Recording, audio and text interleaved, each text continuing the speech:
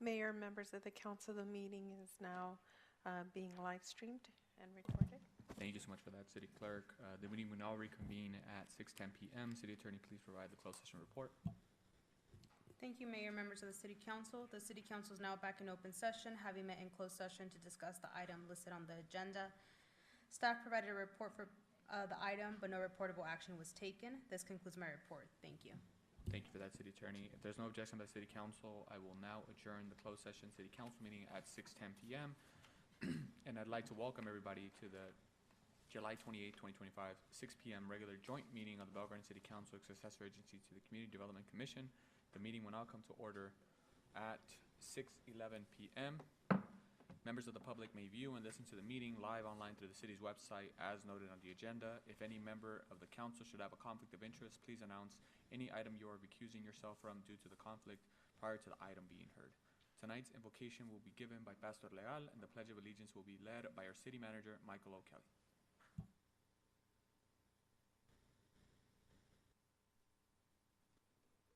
Good evening, Mayor, and all the councilmen and the councilwomen, our city manager, our attorney, our chief, and all the great staff that make the city work.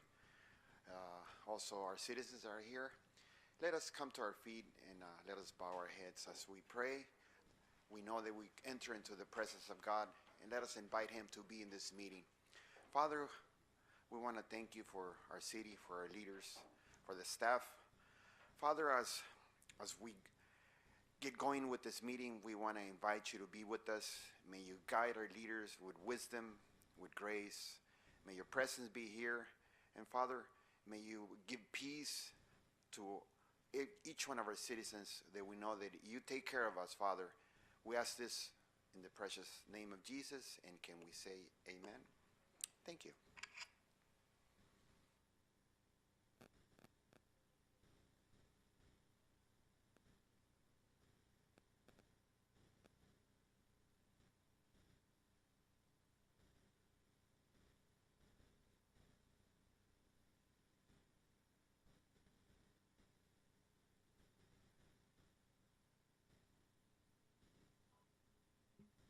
So much for that.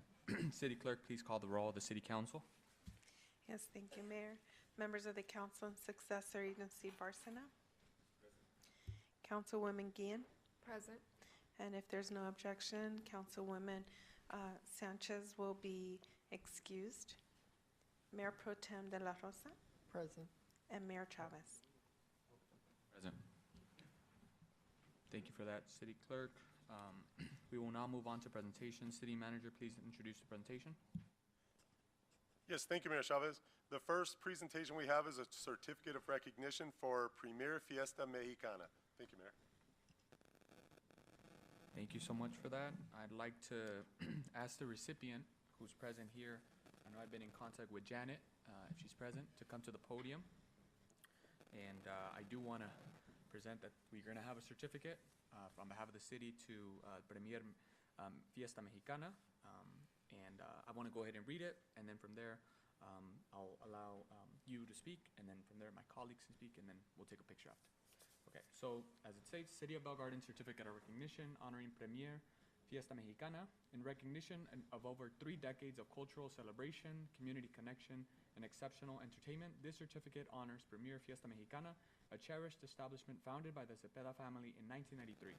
From its humble beginnings, Premier Fiesta Mexicana has grown into a beloved family restaurant and entertainment venue that brings the heart of Mexicana culture, Mexican culture to life. With live mariachi, talented imitators, vibrant dancers, and unforgettable DJ sets featuring the best in Spanish music, it has become a cornerstone of lively, authentic nightlife and dining.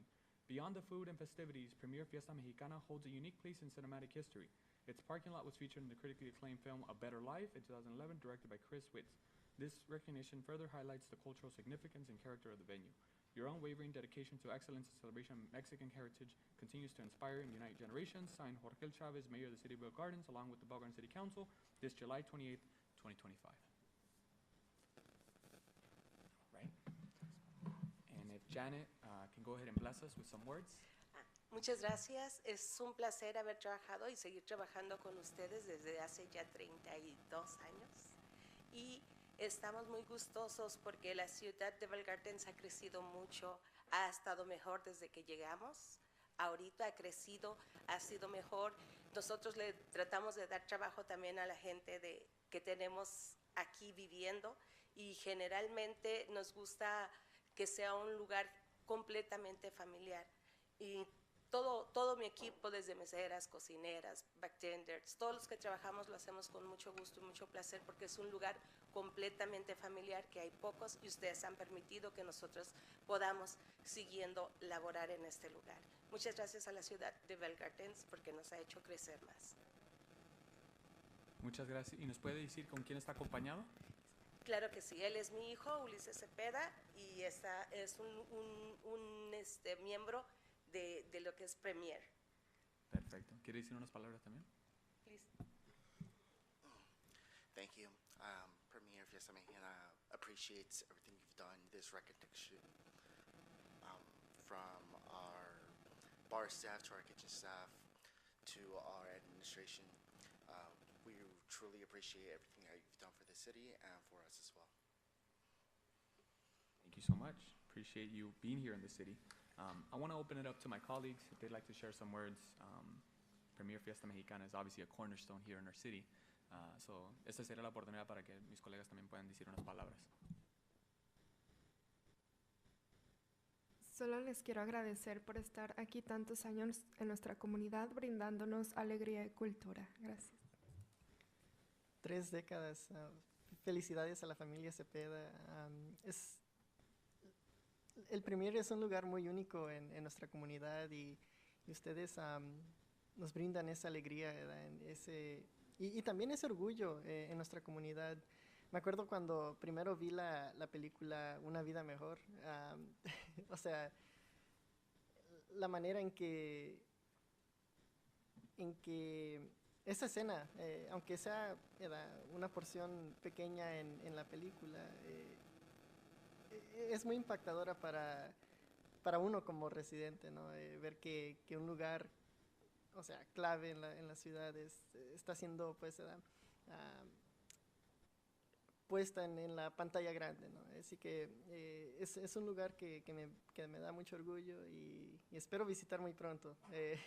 No he tenido el placer de ir allí. Mis papás sí han ido varias veces, pero creo que ya me toca a mí ir.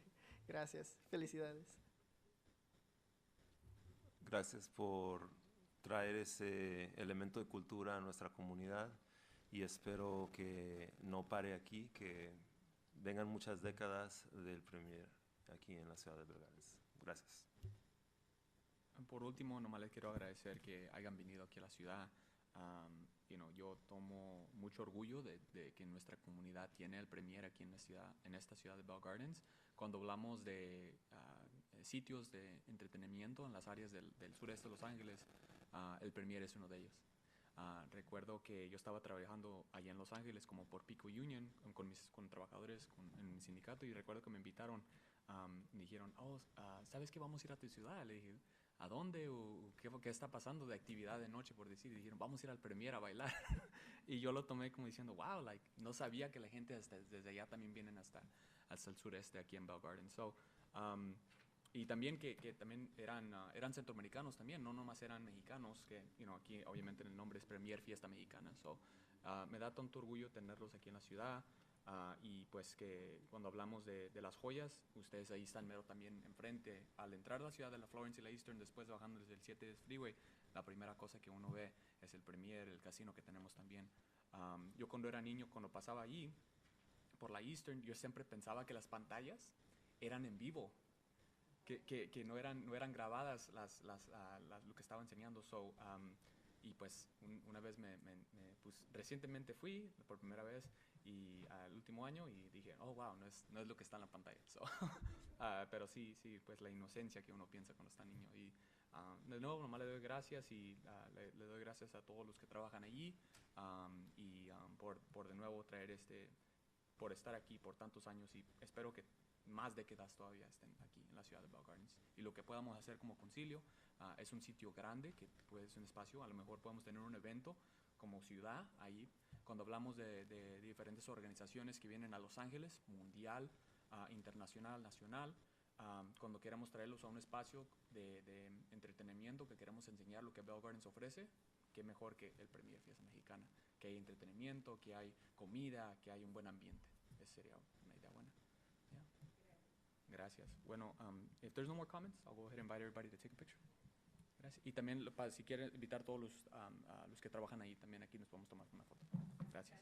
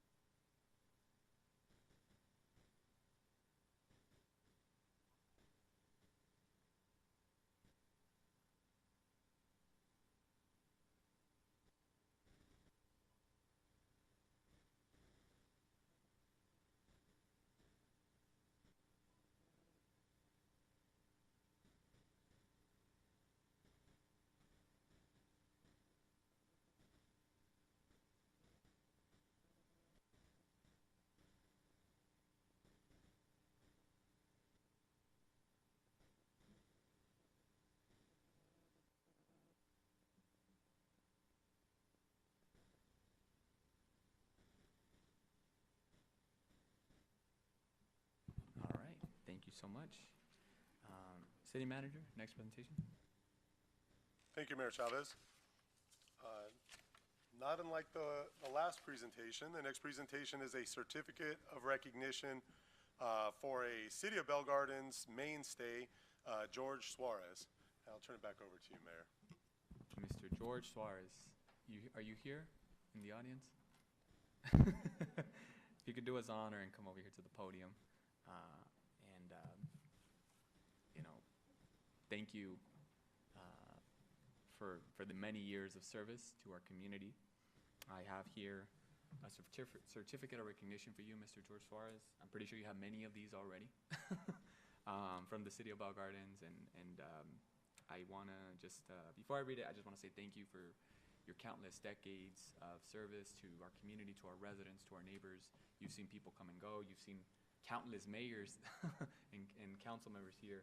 And I just want to say, when we talk about exemplary service to the city, as a staff member, I mean, 39 years, that's impressive.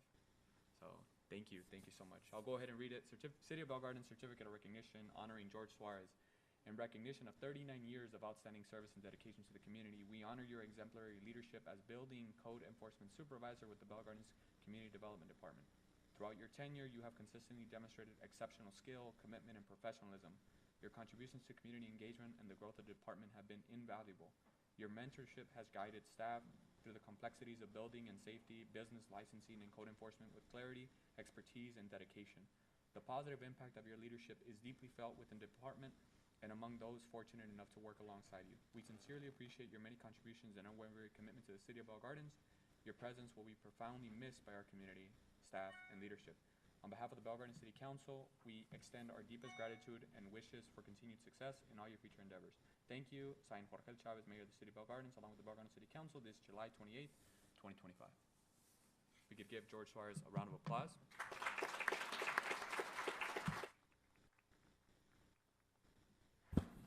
I want to open it up for my colleagues if they want to share any words. Pretty sure we've all interacted with Mr. George Suarez, and I know we've definitely heard from our residents when you've paid them a visit. Well, start off by saying thank you so much for all your years of service, for being a very righteous man and always being readily available to us, to our staff, to our residents. I know everybody knows you, and you will truly be missed. We love you and appreciate you. Thank you for your service, Mr. Suarez, for these past 39 years. You know, I first began seeing your name not only in the Planning Commission, but I began seeing it more often when I was canvassing about 4 years ago. You know, and many of these residents always spoke very highly of you, and you know, the resolution process of it all, and you know, it goes to speak how much of an impact you know, your work you know, has been done in the city, and especially over these past 3 decades. So thank you so much for your service, and you know, please enjoy your retirement. Thank you. Mr. George Suarez, I want to thank you for the many years of service that you have provided to our community here in Bell Gardens. And when I say that, I don't mean just thank you for the 39 years. It's 39 years, right? I'm not trying to diminish it, but 39 years is a long time, yet it is not enough, right? You have to not only do 39 years like you did, but you also have to do a good job at it, right? And I think that's what you did. You did a good job.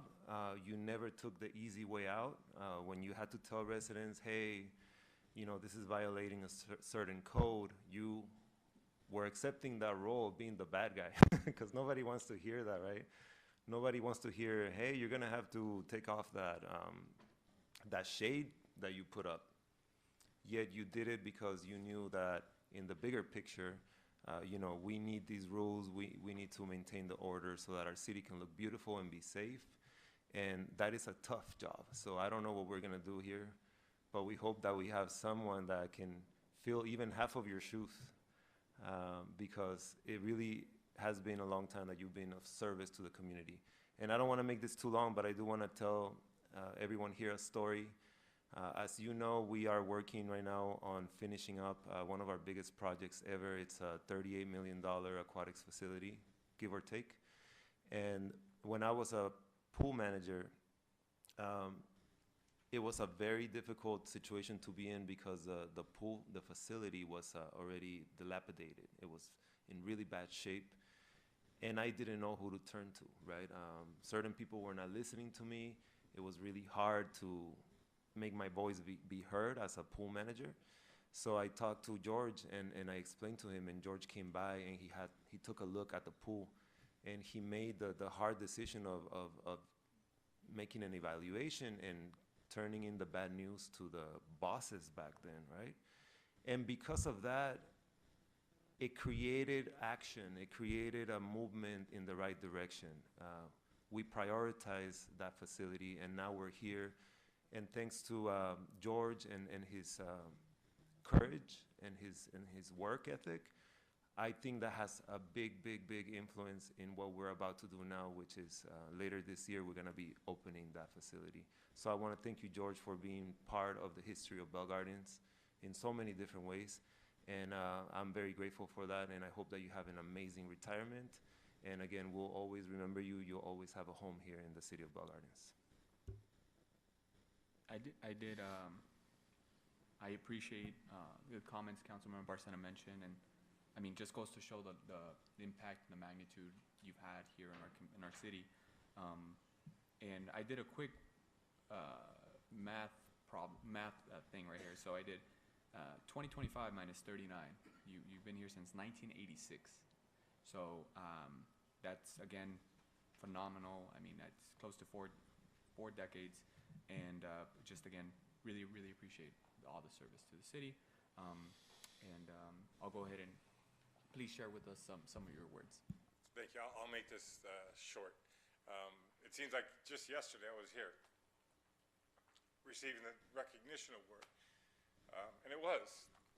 It's a tough decision, but it had to be made. I want to thank the mayor, city council, our administrative staff for their support. Support always, even through some of the most difficult times. They've realized the importance of my work ethics and morals, and my concern for the safety, not only of liability towards the city, but of the community in general. So with that, I'll make it short. Again, I thank everybody here. I thank our staff, those that showed up as support. Again, it's very, very difficult decision, but I think it's the right decision to make, and I'll always be available. All those that, I'd give you my personal cell phone number, but I don't know that I'd want to do that now, but others that have it, please don't hesitate. I'll be more than glad to help out in any which way I can. And again, I thank the city I've been here longer than, or half my age. I was doing the math, Mayor, the other day going, oh my gosh, another 24 years and geez, 40 years, wow. But it's been a pleasure. It's been great serving the community, and again, always having the community's best interest in mind. I leave it that way. Thank you.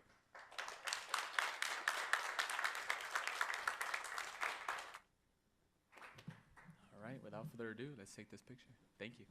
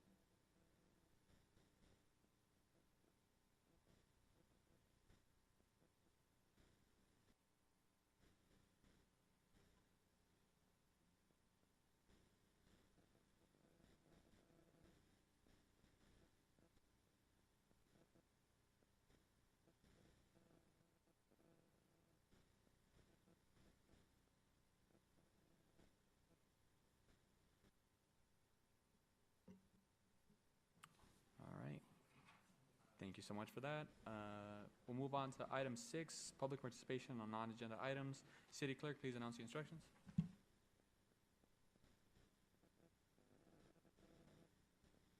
I apologize, if you could just hold for 1 second, I think I got locked out.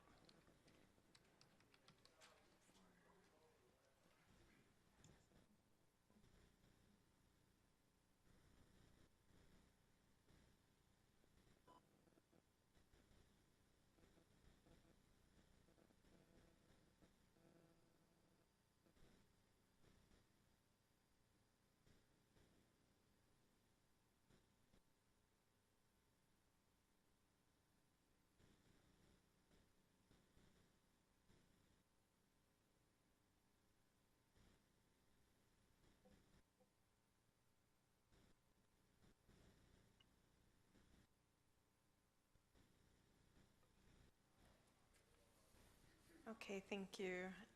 So the members of the public will now have an opportunity to speak on items not listed on the agenda.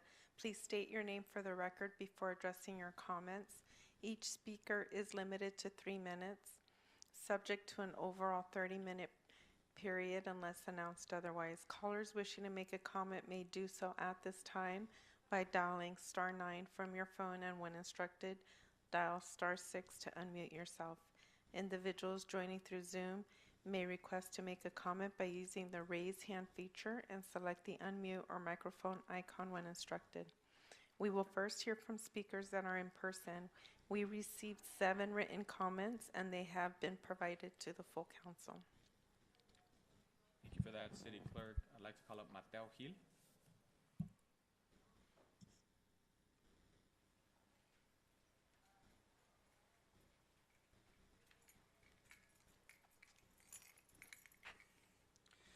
Hello, hello. Hello, honorable city council members. My name is Mateo Gil. I'm an organizer with East Yards Communities for Environmental Justice. We're an organization that essentially focuses on healthy communities in Sela. And I'm here today to ask y'all to pass a state of emergency, considering the current situation that we're in concerning ICE and the kidnappings. A lot of our vulnerable community members are at risk every day. We're talking about tenants, we're talking about business owners, and the population at large. And it's a big concern for the local economy, for the local community in order to thrive. That's why we need strong tenant protections. That's why we need strong protections for commercial residents and more policies to protect the community. If we want to preserve the community the way it is now, which I believe a lot of folks here do, I believe that as city council members that you believe and want to make a difference in the community. So I believe it is important that we come together and find a solution and work together during these very dark times. So we're here today to ask y'all to, pass a state of emergency, and in addition to pass more policies to really show up and be there for the community. I know that sometimes it can be scary, right, to do things that we may not feel comfortable with doing. But I believe in, the power of this council. I've seen y'all pass important policies in the past, and I believe y'all can do it again. Thank you. Thank you for that. I'd like to call up Wendy Avila Rodriguez.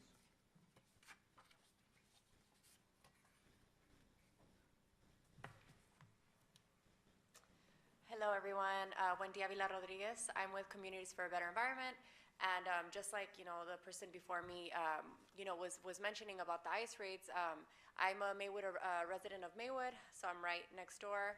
And I've seen firsthand the impacts that ICE has had in our communities, and especially here in Bell Gardens. And I also want to advocate for y'all to protect our, tenants in the city of Bell Gardens, but also small businesses. People might not be vocal about how they're struggling, to make their rent every month. But from what I've seen in my community is that people haven't been showing up to work because they are deeply impacted, and it's valid with reason that folks aren't showing up to work. And with that, people are, struggling to even, feed their families, pay utilities, rent, and everything else. So we want to make sure that the city of Bell Gardens declares a state of emergency, because even if folks aren't, so vocal about their situation, people are struggling in the city of Bell Gardens. And as the raids continue to happen, we don't know how that's, going to impact community even more in the future. So we want to make sure that we protect our residents and folks aren't displaced. We want to make sure our small businesses also aren't struggling. So yeah, I urge you to have, tenant protections, put a state of emergency, and figure out a way to protect the tenants and also small businesses in the city of Bell Gardens. And I also want to comment on item number 11.2. I know that this is a non-item section, but I do want to bring light that the use of automated license plate readers. You'll have your opportunity at the next one, so if you want to save your time, you can actually speak for agendized public comments. That'll come next. Okay, sounds good. I'm just opposing it. Just wanted to name that. All right, thank you.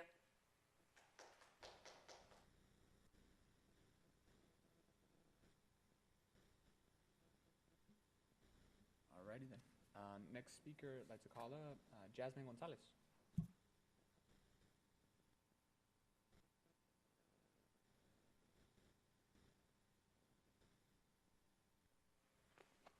Good evening, council members. My name is Jasmine Gonzalez. I am the Community Stability Organizer over with East Yard Communities for Environmental Justice.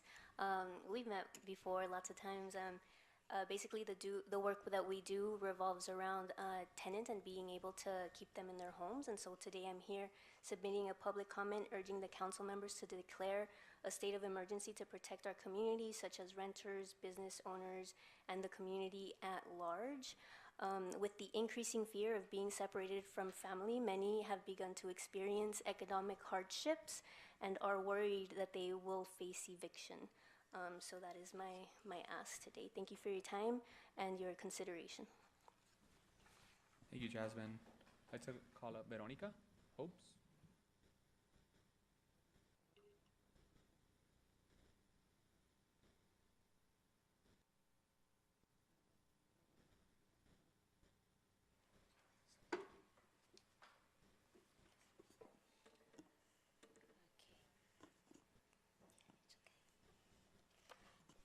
Muy buenas tardes a damas y caballeros.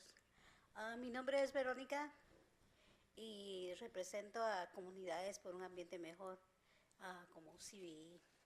Y en esta tarde estamos aquí porque las redadas de ICE realmente están afectando a nuestras comunidades, han sido impactadas por nuestras comunidades.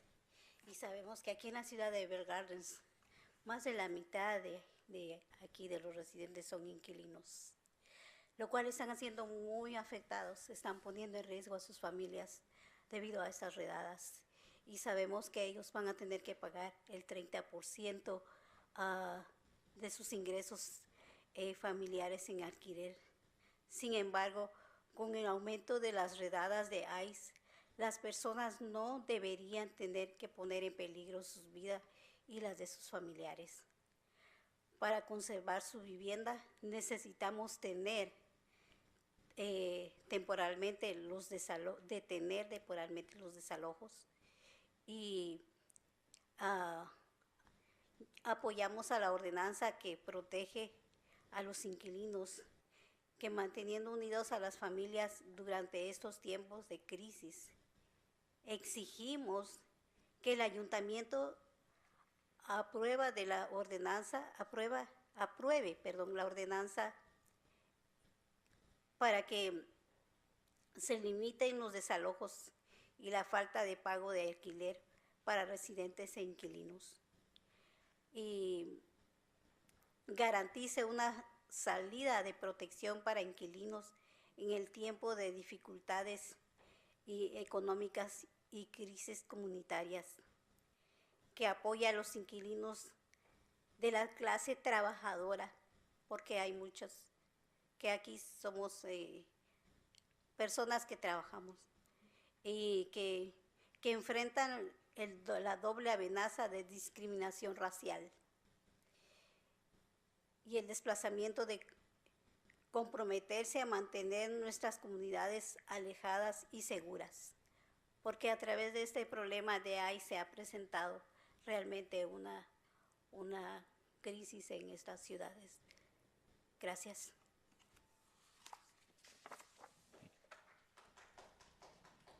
Gracias. I'd like to call up Marcos Chao.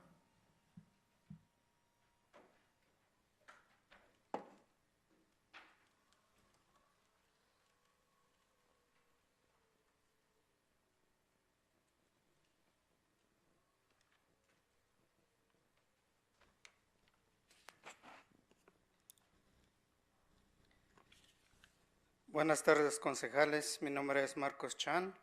Quiero darle un comentario. Mi nombre es Marcos Chan, ya dije mi nombre. Presento un comentario para exigir a los concejales declarar el estado de emergencia para proteger a nuestra comunidad, incluyendo inquilinos, dueños de negocio y en la comunidad en general. Gracias.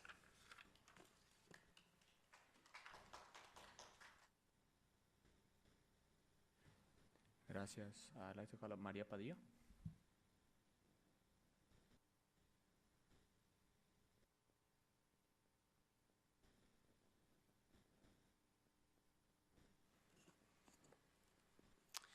Buenas tardes, señor alcalde, señores concejales, señor administrador, jefe de policía y todos los presentes. Mi nombre es María Padilla. En esta tarde estoy aquí para pedirles que declaren un estado de emergencia para proteger a nuestra comunidad. Esto que está pasando está impactando fuertemente a nuestra comunidad, ya que afecta a la economía, no solamente de nuestros vecinos, de nuestra comunidad, sino también de los negocios. Les comento algo personal. Mi esposo trabaja en una fábrica, es operador en una máquina donde hacen papel de baño y ahorita le están dando 4 horas de trabajo porque la bodega está llena de mercancía porque no hay ventas.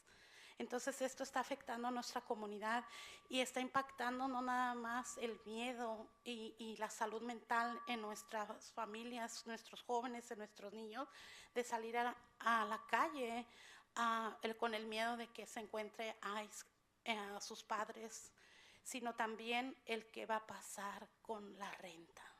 Nuevamente, una vez más, estamos en esa disyuntiva como cuando estábamos en la pandemia. Otra vez el temor de ser desalojados, de qué vamos a hacer, que se llega el día de la renta y estamos sobreviviendo.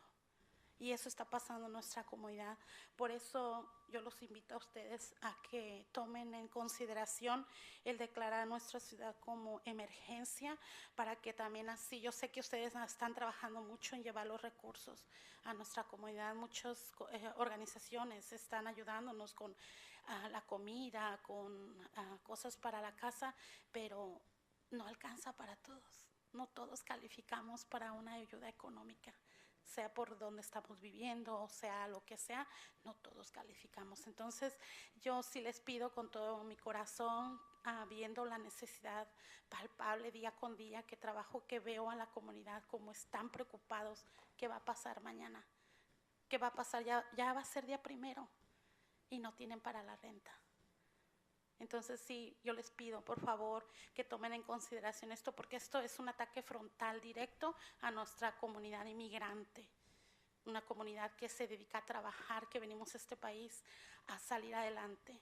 Y es una situación muy difícil. Por eso yo les pido que tomen en consideración esta petición que venimos hoy, este grupo, a traerles a ustedes. Gracias. Gracias. I'd like to call up Maya Herrera.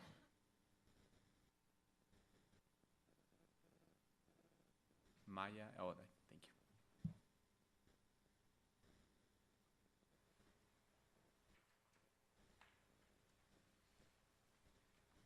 Hello, my name is Maya. I'm also with CBE, Communities for a Better Environment. I am submitting a comment to urge the council members to declare a state of emergency to protect our communities, such as renters, business owners, and the community at large. These raids are not just a matter of immigration enforcement, They are a direct attack on the stability and well-being of our entire city. Families are living in constant fear, unable to work, and consequently are struggling immensely to pay their rent and keep a roof over their heads. This situation is creating an imminent housing crisis that will lead to widespread displacement and homelessness if not addressed immediately. Declaring a state of emergency would acknowledge the severity of this crisis and provide our city with the necessary tools and resources to protect our most vulnerable residents. We must act proactively to prevent further devastation. Please stand with your constituents and take this vital step to safeguard our community. Thank you for your time and serious consideration of this critical matter. Thank you for that. City Clerk, I think we have a speaker online as well. Yes, we have one. Zoom ID, Jazz, if you would please select the microphone icon to unmute yourself, and you may proceed with your comment.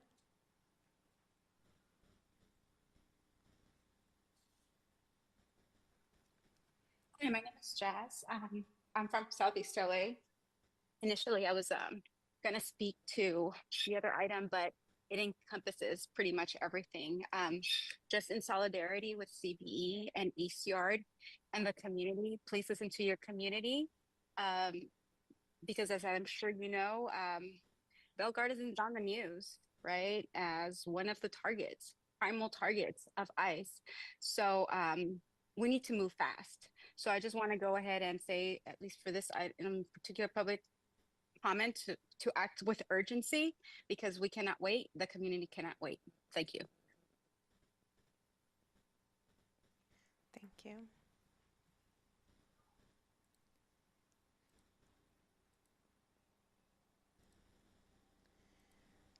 Zoom ID Melody Cuevas, if you would please select the microphone icon. Thank you. You may proceed with your comment. Hi, can you hear me? Yes, we could hear you. Awesome, thank you. My name is Melody, and I'm here with California Latinas for Reproductive Justice. I just wanted to also ask and advocate for a state of emergency. We are currently witnessing a really ongoing crisis, and we can see that our community members are in pain. And while it may not always make headlines, the reality is really undeniable. A lot of people at the moment are being surveilled, detained, and deported. And I ask and urge you to really consider declaring a state of emergency for this community because at this moment, many people are struggling. A lot of people are afraid of going out. Most people are not being able to make rent. And it's just really harming our communities in ways that we would have never thought possible. I just coming and just having the privilege of working in this community, it's so beautiful, and it just really devastates me to see it really just isolated. There's reports, and there have been so many reports of immigration raids, of sightings, and this just has really terrorized the psyche of our constituents, of your constituents, and I just really, I appreciate the measures, and I hope more measures can be taken into consideration to really protect our immigrant communities. But thank you so much. I appreciate the time. Thank you. Mayor, members of the council, that was the last comment. Thank you so much for that, City Clerk. There's no objection. We will go ahead and close public participation on non-agenda and open public participation on agenda. City Clerk, please announce your instructions. Yes, thank you, Mayor. Members of the public will now have an opportunity to speak on items listed on the agenda. Please state your name for the record. Each speaker is limited to 3 minutes. Callers wishing to make a comment may do so at this time by dialing *9 from your phone, and when instructed, dial *6 to unmute yourself. Individuals joining through Zoom may request to make a comment by using the raise hand feature and select the unmute or microphone icon when instructed. We will begin to hear from members of the public that are physically present in the council chamber, and we did receive 6 written comments that have been provided to the full council. Thank you for that, City Clerk. I'd like to call up Mateo Gil.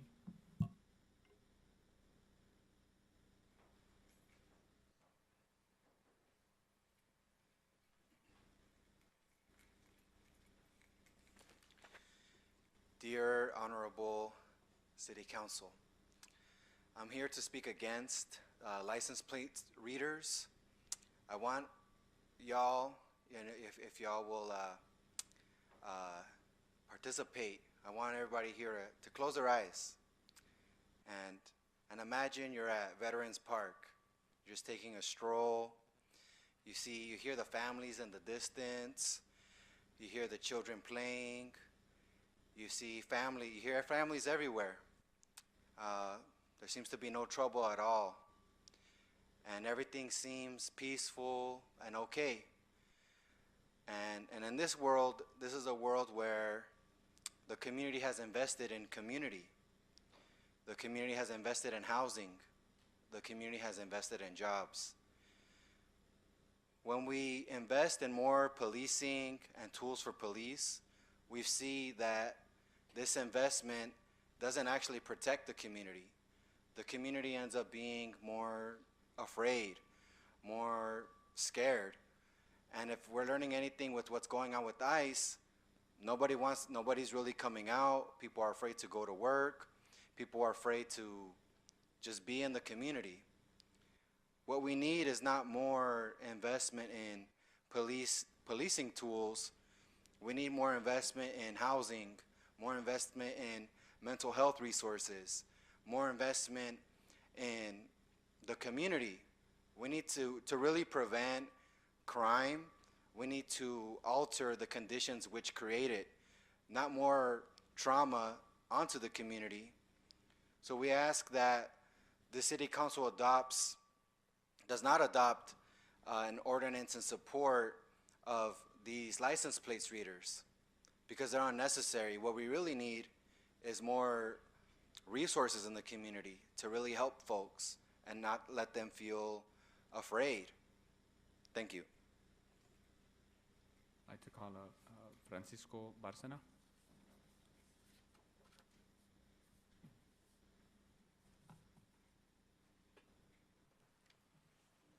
Hello, council members. My name is Francisco Bárcena, and I'm here to share some thoughts regarding automated license plate readers. I urge you to terminate this contract and the use of those. Recently, I have discovered in myself a new degree of emotions. Have any of you guys seen a mother being ripped apart from her son? On social media, there's videos like this going around. And it just made my blood boil. Right now, they're coming for people that are here without documents, but they're also detaining people that look like me. They're coming for the workers. Everyone saw what happened in Ventura County. They came for the workers. They want to put them in detention centers owned by private companies that are being traded on the stock market. They know they want to come for these people because they're hard workers, and they're going to exploit their labor in labor prisons. After they're done with them, they'll come for whoever they can get. They're coming after Latino lawyers, engineers. That's going to break communities. It's going to tear communities apart. The data that is being collected from license plate readers is being shared with ICE. It's making our communities vulnerable. We can't wait for the stuff to hit the fan. We gotta act now and nip it in the bud. Some people may argue that the data is not personally identifiable, but as a software engineer, I've seen how easy it is for these algorithms and this software to create inferences and deduce and have a very high percentage of accuracy in identifying individuals from all this data. I went online and I looked at the log that shows you how this data is being accessed, and it's just a joke. They don't say who's accessing this data. All it has is a user ID. And some of the reasons that are in another column are super vague. One of them said criminal justice. So I urge you to please nip this in the bud. We can't wait any longer. Thank you. Thank you for that. I'd like to call up Jasmine Gonzalez.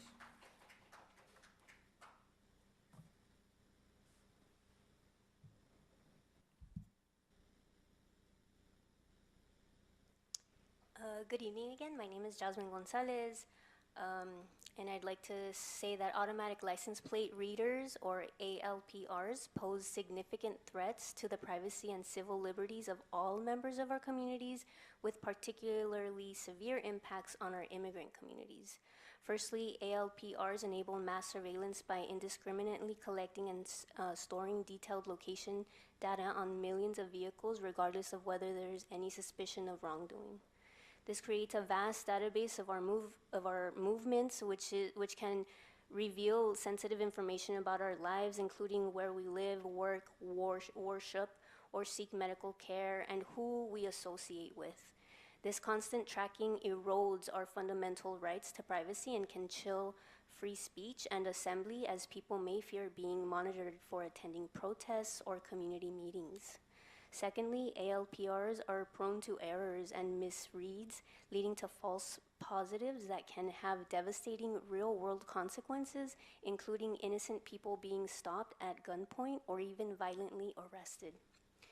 This disproportionately affects marginalized communities who are already often subjected to heightened scrutiny. Finally, and critically, for our immigrant communities, data collected by local ALPR systems is frequently shared with federal agencies, including Immigration and Customs Enforcement like ICE, and Customs and Border Protection, CBP. This means that routine drives to work, school, or the grocery store can be used to track, target, and deport individuals without legal status, circumventing local sanctuary policies and undermining trust between immigrant communities and local law enforcement. It effectively turns local police into an extension of federal immigration enforcement, creating a climate of fear and making it harder for immigrant residents to feel safe, supporting crimes, or engaging with community services. For these reasons, the expansion of ALPR technology is a step backward for privacy, civil liberties, and community trust. We must advocate for strict regulations, transparency, and limitations on ALPR use, and crucially for policies that explicitly prohibit the sharing of this sensitive data with immigration enforcement agencies. Thank you. Thank you for that. I'd like to call up Maria Padilla.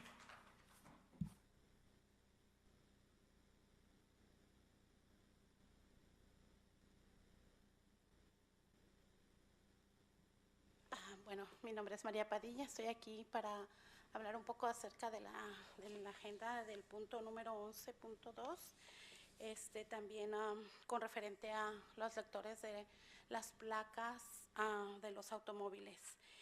Yo sé que es muy importante esta herramienta para el Departamento de Policía, ya que por eso rastrean autos que son robados o otras cosas que son importantes también. Pero yo quiero ya ir un poquito más adelante.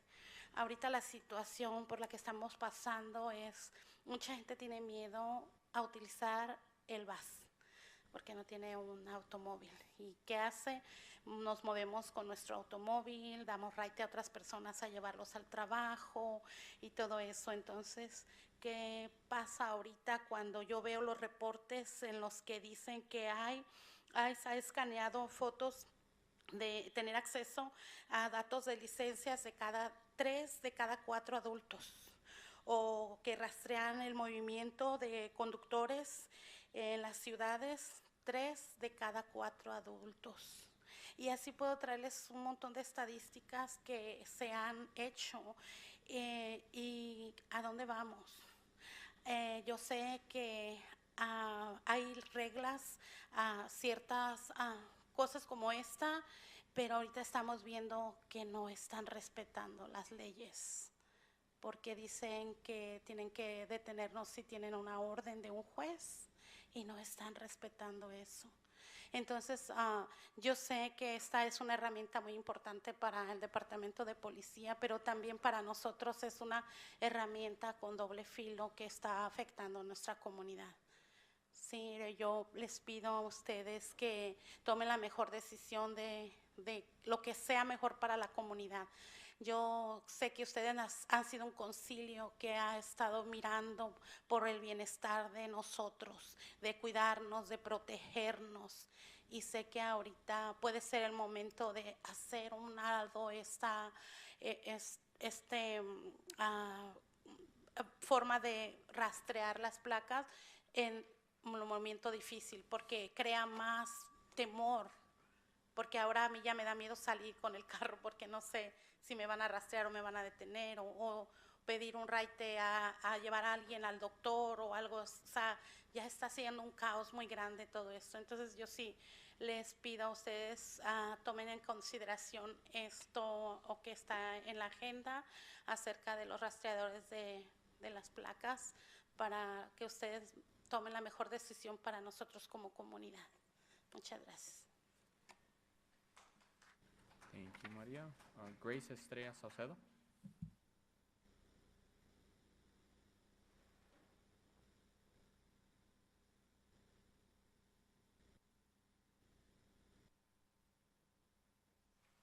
Hi, good evening. I accidentally wanted to speak on 2 items, general comment and the 11.2. Am I able to do it now? I filled out 1 card instead of 2. Yeah, if anything, what we can do is we'll go ahead and you can give your comment on this item, the agenda item, and then after the public comment on agenda items, I'll go back to non-agenda, and then you'll come back to speak about it. Okay, that's fine. Thank you so much. Well, I did want to speak on agenda item 11.2. My name is Grace Estrella. I'm with Communities for a Better Environment.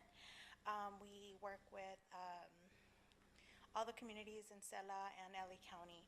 And the reason why I'm here today is the general item and then also this item, which deals with the use of automated license plate readers by the Bell Garden City Police Department.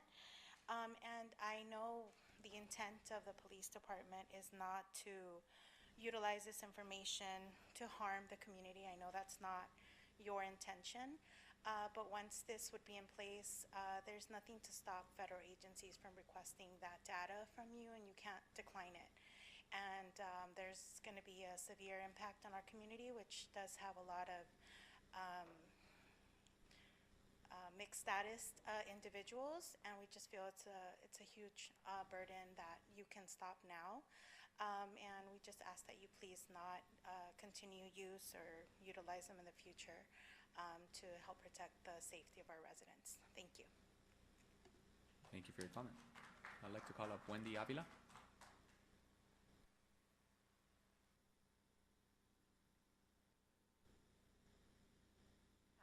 Yes, I just want to talk about the automated license plate readers as well, item 11.2.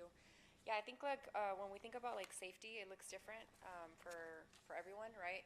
Especially right now in these times, safety looks really different for a lot of our community members, and I think that this tool can really be detrimental, right, in many forms. So yeah, I just want to make sure that if there's a contract that y'all have with this system, please don't continue it, and if there's any plans to expand it or implement it in the future, just to think about safety for folks and what that really means. And it's definitely not a tool that reads license plates and creates a database that can be shared and to further target community members. So yeah, thank you. Thank you, Wendy. If there's no objection by the members, I will close public participation. I have one hand raised virtually. Thank you for that. Yes. Zoom ID Jazz, if you would please select your microphone icon and you may proceed with your comment. Did you hear me? Yes, I could hear you now. Okay, hello, this is Jazz again, resident of Cela and member of the Community Self-Defense Coalition and California Latinas for Reproductive Justice. As I'm sure you know, ICE and Border Patrol use the automated license plate readers to illegally track, detain, and deport community members. Just wanted to say that we, the community, demand that Bell Garden City Council ends its current ALPR contract now to protect the residents all across Cela. With that, Bell Garden sí, Cela no. ICE no. Gracias. Okay, thank you.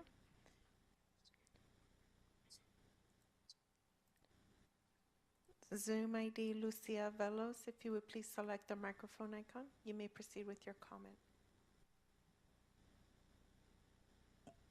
Sí, buenas tardes a todos. Pues nuevamente estamos aquí para que viendo cómo hacer estrategias como ICE lo está haciendo para atacar a la comunidad migrante. ¿Por qué no también uno buscar la forma de protegerlos, verdad? Y si esto es necesario, pues hay que hacerlo. Si tiene que cancelar, cancélenlo. Claro que no sea para siempre, pero en lo que está este gran problema, pues vamos quitándolo. Creo que somos comunidades que trabajamos día a día, que salimos adelante, que buscamos la vida de una otra manera, que no estamos aquí, que claro, no todos somos delincuentes, no todos somos perseguidos en nuestros países y venimos aquí a buscar problemas. Creo que muchos de nosotros, pues desgraciadamente estamos corriendo ese riesgo. Y si hay maneras de poderlo evitar de una otra manera, así como ellos buscan estrategias, pues también nosotros, como ustedes como autoridad, poderlos truncar, porque van a buscar las 1001 formas para que caigamos en las trampas de ellos. Es bien difícil para los que no tenemos un estatus legal, que queremos hacer las cosas bien, pagamos nuestros impuestos y que vivimos honradamente. Imagínense que de la noche a la mañana me paren a mi esposo y por su simple hecho de que es morenito, por su tez, por su perfil, ¿qué voy a hacer yo y mis hijas? No tenemos algo concreto en nuestro país, venimos huyendo de la violencia, venimos huyendo de todo eso. Y para encontrarnos aquí y que también nos vengan persiguiendo, pues ¿a dónde vamos a parar? Es triste la situación que estamos viviendo, pero yo sé que ustedes van a tomar la mejor decisión. Y si ese presupuesto, al momento de ya no pagar eso, pues entonces inviértalo en la vivienda, en las familias que están siendo afectadas, que muchos han dejado de trabajar, otros han perdido su trabajo, que de verdad estamos en una crisis tremenda. Con miedo salimos a buscar para la renta, para los biles. Pues, ¿por qué no usar ese poquito presupuesto que se van a ahorrar de estos programas que se están cancelando, de otros eventos? Pues úsenlo con su comunidad, que nosotros los hemos acogido de tal manera a todos ustedes y que los hemos ponido bien en alto. Gracias. Gracias.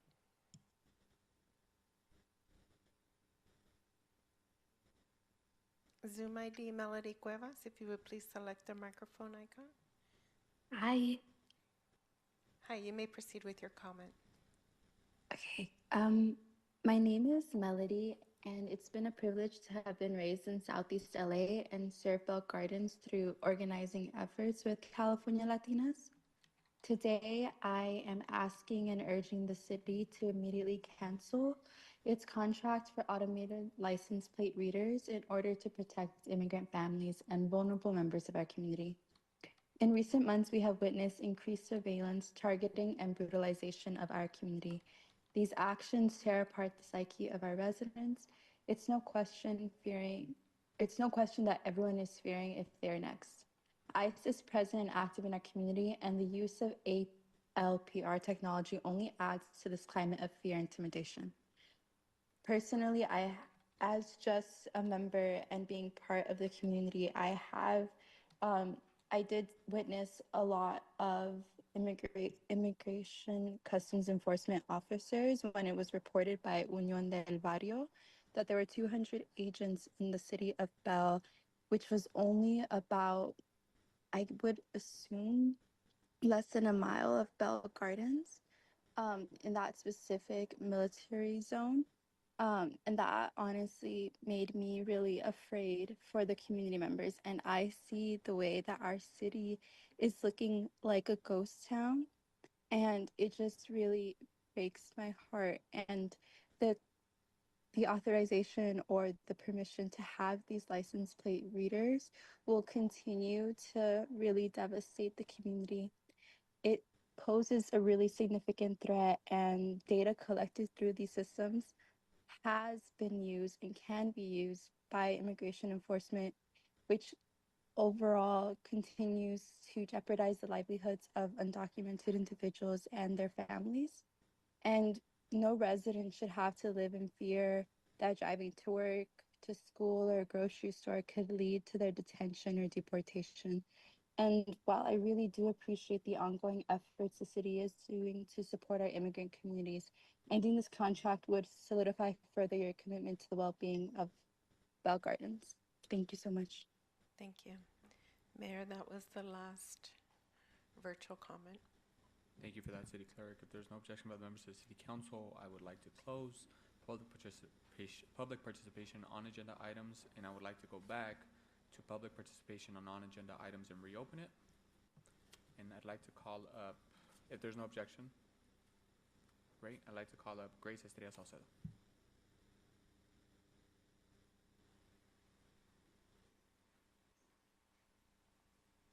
Hello again. Okay, so my name is Grace Estrella Salcedo, and I am here with Communities for a Better Environment. And we form part of the tenant outreach and education for LA County and the Sela communities. And as you've heard from my colleagues we've heard from many residents that are unable to work due to the fear of ICE, and we've seen our streets become, like someone else said, ghost towns. Vibrant businesses are now empty. Business owners are fear of losing their tenancy because they are unable to pay their rent. So what I'm here for is to ask for you to please put in the state of emergency to stop evictions, both of our residents and our commercial residents. And I support this ordinance because it protects tenants and helps keep families together during this time of crisis. Sorry, I lost my place.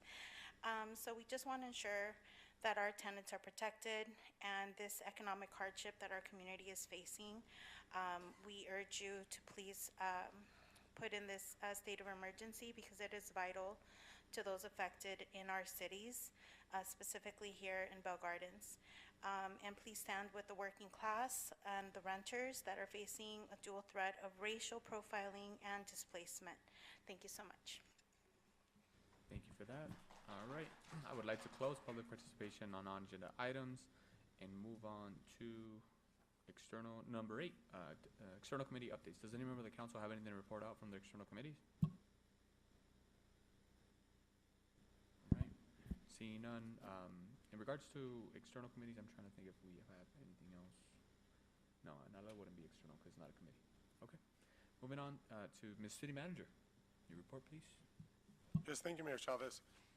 Since our last regular council meeting on June 23rd, so it's been about 4 weeks, In that time span, we've had two special council meetings, one at the end of June and one on July 16th, both of them to discuss issues involving immigration issues. At the last special meeting on July 16th, council approved updates to the legislative platform, which have been accomplished, adoption of a resolution, submission of a FOIA request, and authority to seek joining a lawsuit with other cities to stop certain federal immigration enforcement activities and tactics. Most of these, just from a staff perspective, that can be done, have been done. As far as the lawsuit, just an update, the city attorney's office and the pro bono law firm, we're focused on some other priority matters related to the existing lawsuit. We just got notice today that they expect to file the joinder later this week that would essentially request that the city become part of that lawsuit as well, along with other cities.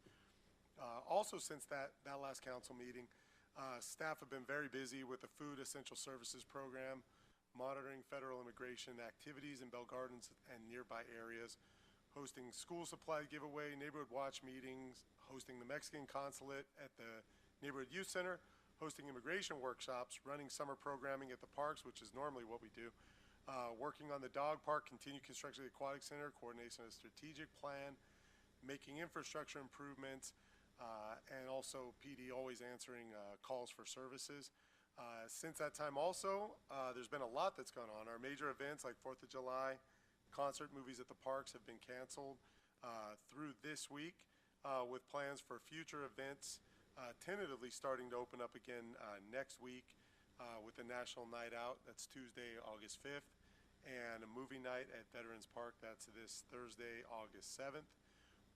And then also with a mayor's town hall meeting this Wednesday at 7 p.m. at Veterans Park.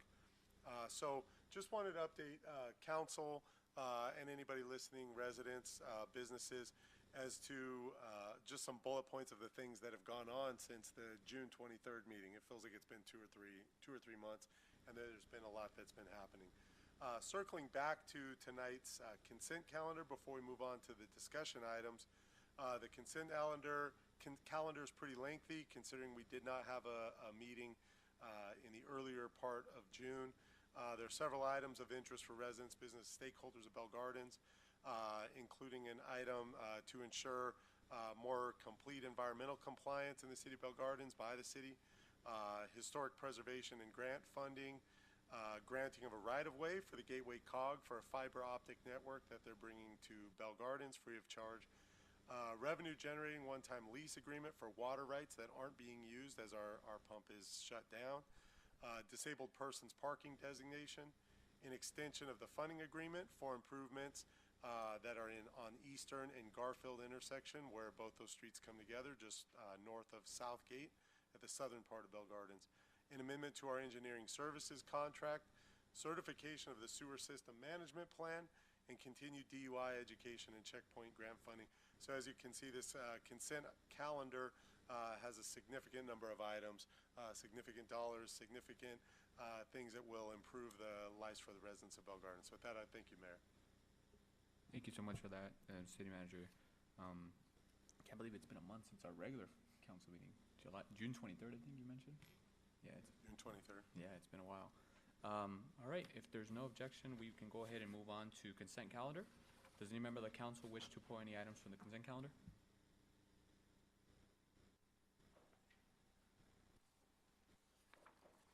All right, seeing none, is there a motion? So moved. Second. All right, we have a motion by Council Member Barson and a second by Mayor Pro Tem de la Rosa. Can we do just a quick voice one? All those in favor say aye. Aye. Any opposed? Abstentions? Ayes have it. All right, we'll go ahead and move to item number 11.1, which is local commissions appointment. Does any member of the council have any changes they want to make to their commissioners? Adding, changes? No? Okay. Seeing none, we'll go ahead and move on to 11.2, which is the automated license plate reader. Ms. City Manager? Yes, thank you, Mayor Chavez. This item is a receive and file. This item was requested a couple of weeks ago. Initially was potentially going to be discussed at the special council meeting, but for several reasons was moved to this regular council meeting. And the purpose is to make sure that the city council understands and everybody is on the same page as far as the automated license plate readers. The company that we contract with for those readers is called Flock. So on your time on the dais here, you probably have heard people reference Flock cameras. The Flock camera picked up this, the Flock camera picked up that. The purpose of this item by our police chief here will be to give you an update of just what these readers are, what they're used for, and then to have a discussion. We'll be free to answer any questions, or free to ask questions. We'll be here to answer any question. With that, I'll turn it over to our Chief Camacho. Thank you, Mayor.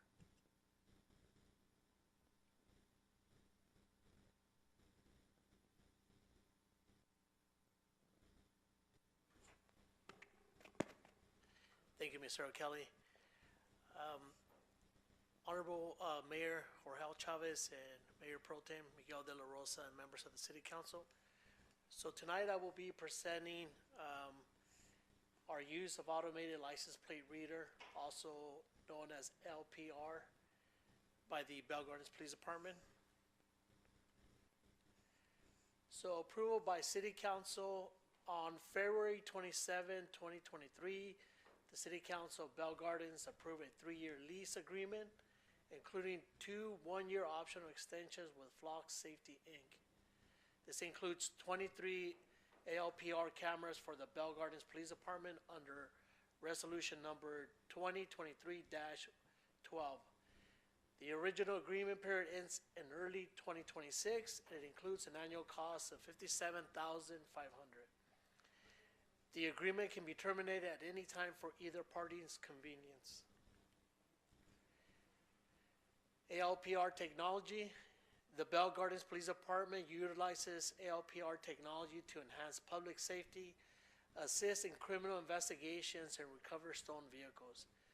This technology has been instrumental in locating suspects involved in violent crimes, identifying vehicles associated with felony investigations, and recovering stolen vehicles.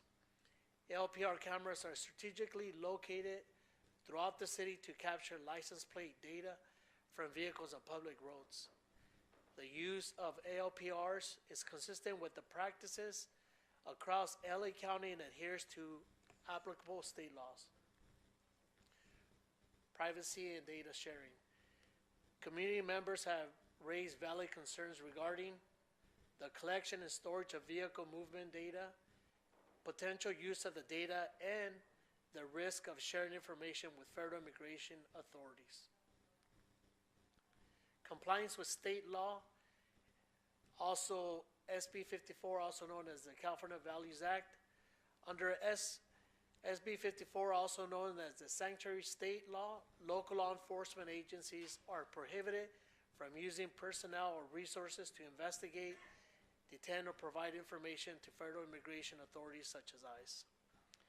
BGPD does not share ALPR data with ICE or federal immigration enforcement unless required by law in connection with serious criminal offenses. The Bell Gardens Police Department has confirmed with our Flock representative that Flock does not share information with law enforcement agencies from other states or with the federal agencies. Transparency and community trust. The Bell Gardens Police Department is committed to maintaining public trust by providing transparency regarding how technology is used, ensuring responsible management of data, and hosting community meetings to listen to residents' concerns. And here is more or less what the camera will capture. It will capture the image of the vehicle, the color of the vehicle type, and whatever unique alterations. And it tells you if it's a frequent visitor, and it gives you that type of information. The cameras that we have in our city, 23 of them, are very similar to this one right here. They could be mounted on this pole with the solar panel. And if we find a secure location, whether it be a street light or an electrical pole, then that's where we'll mount it. But this is really the type of camera at a close caption of it. Again, there are 23 cameras throughout the city, And this concludes my presentation. I will take any questions from City Council. Thank you so much for that, Chief. Appreciate the presentation. Any member of the council have any questions or comments regarding the presentation?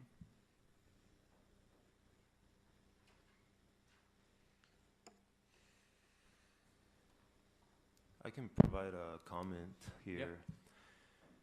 So I want to mention a recent cancellation of ALPR program from the city of Austin, Texas, which is about 1 million residents.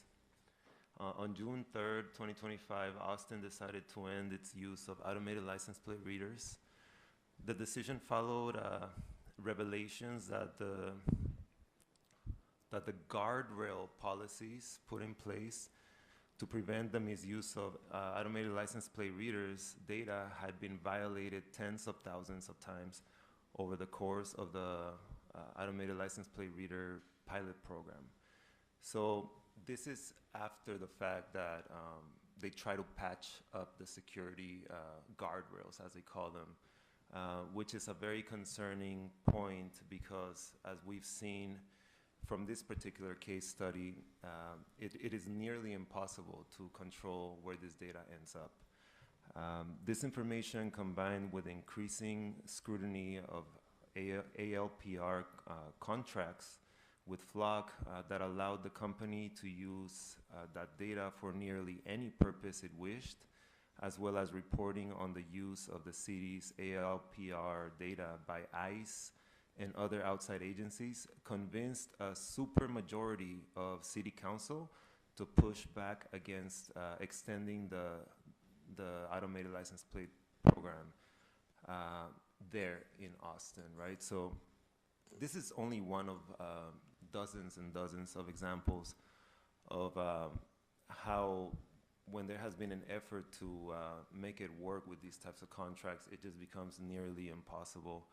Now, we are a much smaller city than Austin, but I think it's safe to say that after everything that they've been through, and I do have some documentation with a lot of background information of everything they try to do, and all the links to all those documents, it still failed to work out. So I feel that today, given that we have a city with so many immigrants, and recently, actually, I just saw a Fox 11 News article that looked at all the cities in California, and Bell Gardens was ranked the 4th most heavily impacted by immigration reports. And what they refer to as immigration reports is basically an incident where there was a raid, right?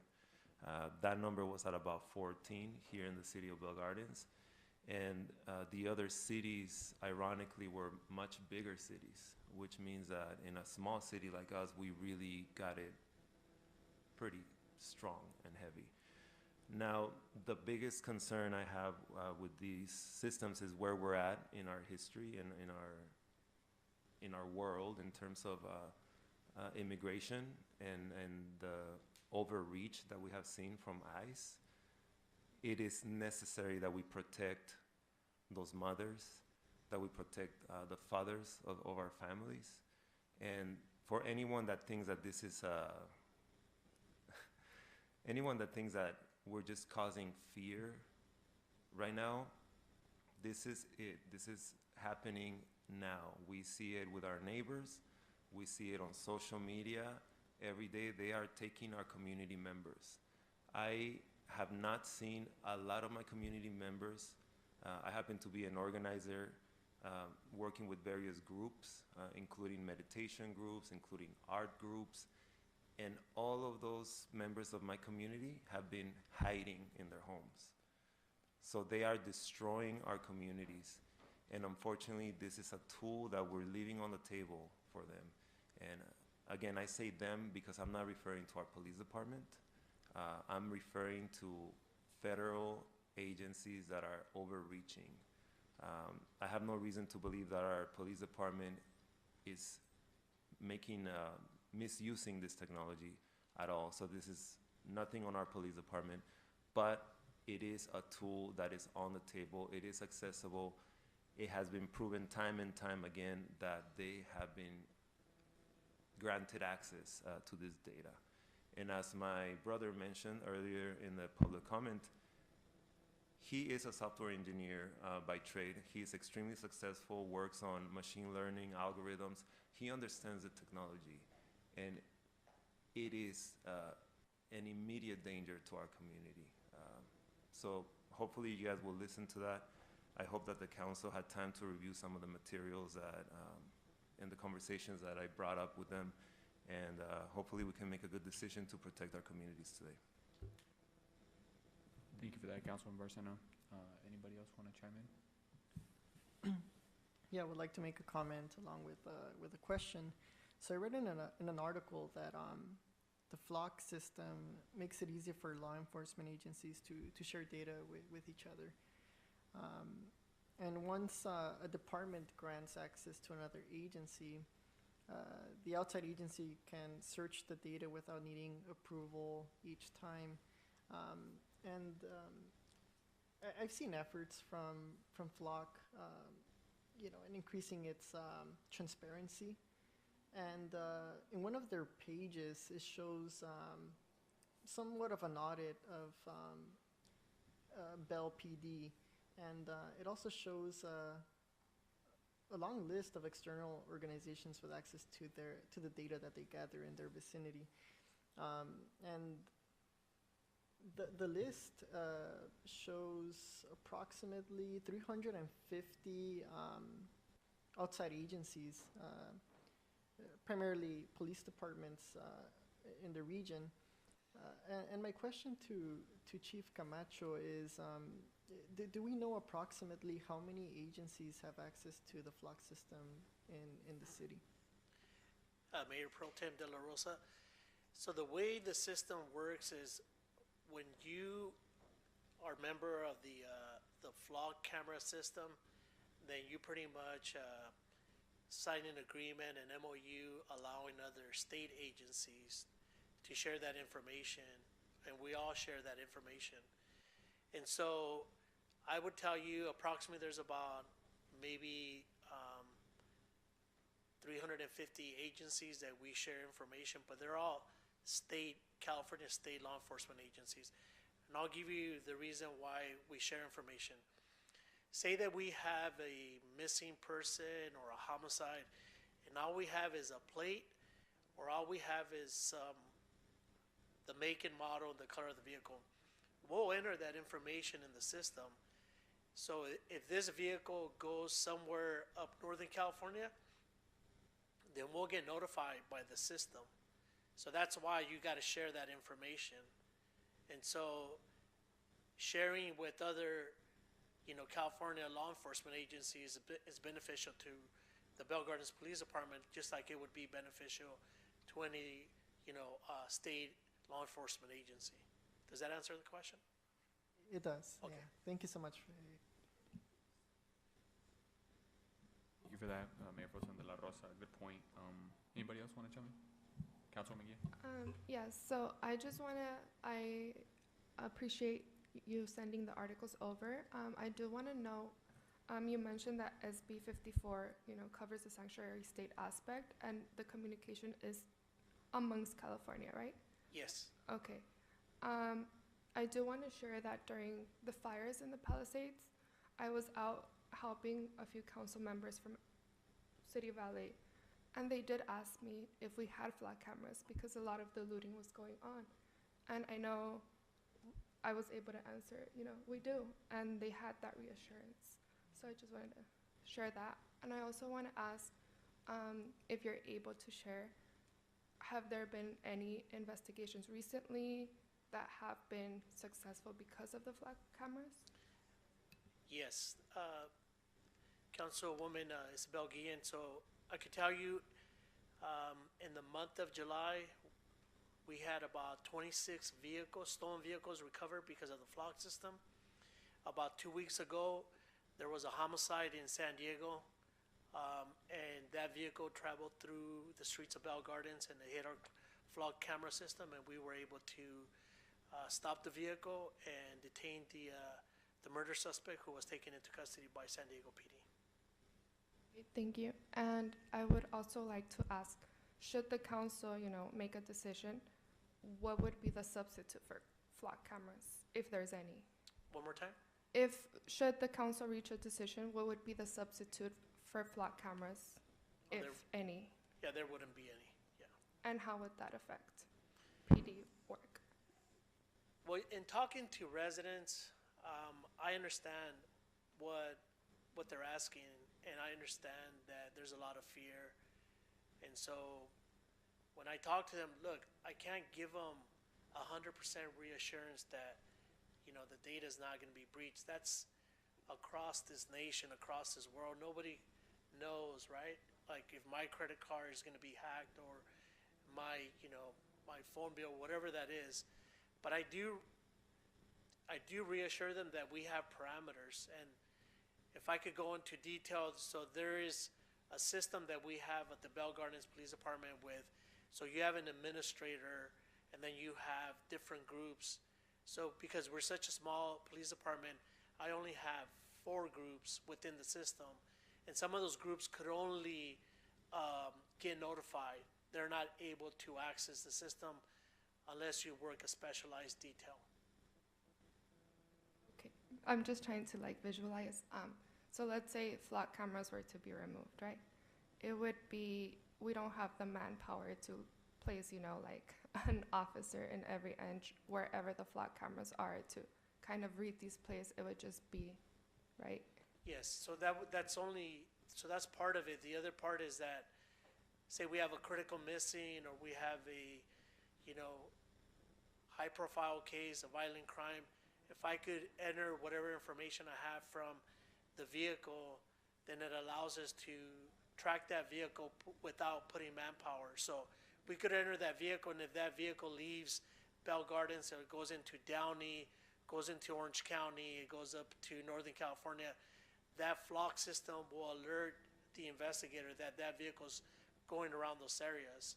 So that's how we leverage technology to help us, and in essence, really the manpower that you would need in order to do that. Okay, thank you, Chief. Sure. If I may. Yeah, absolutely.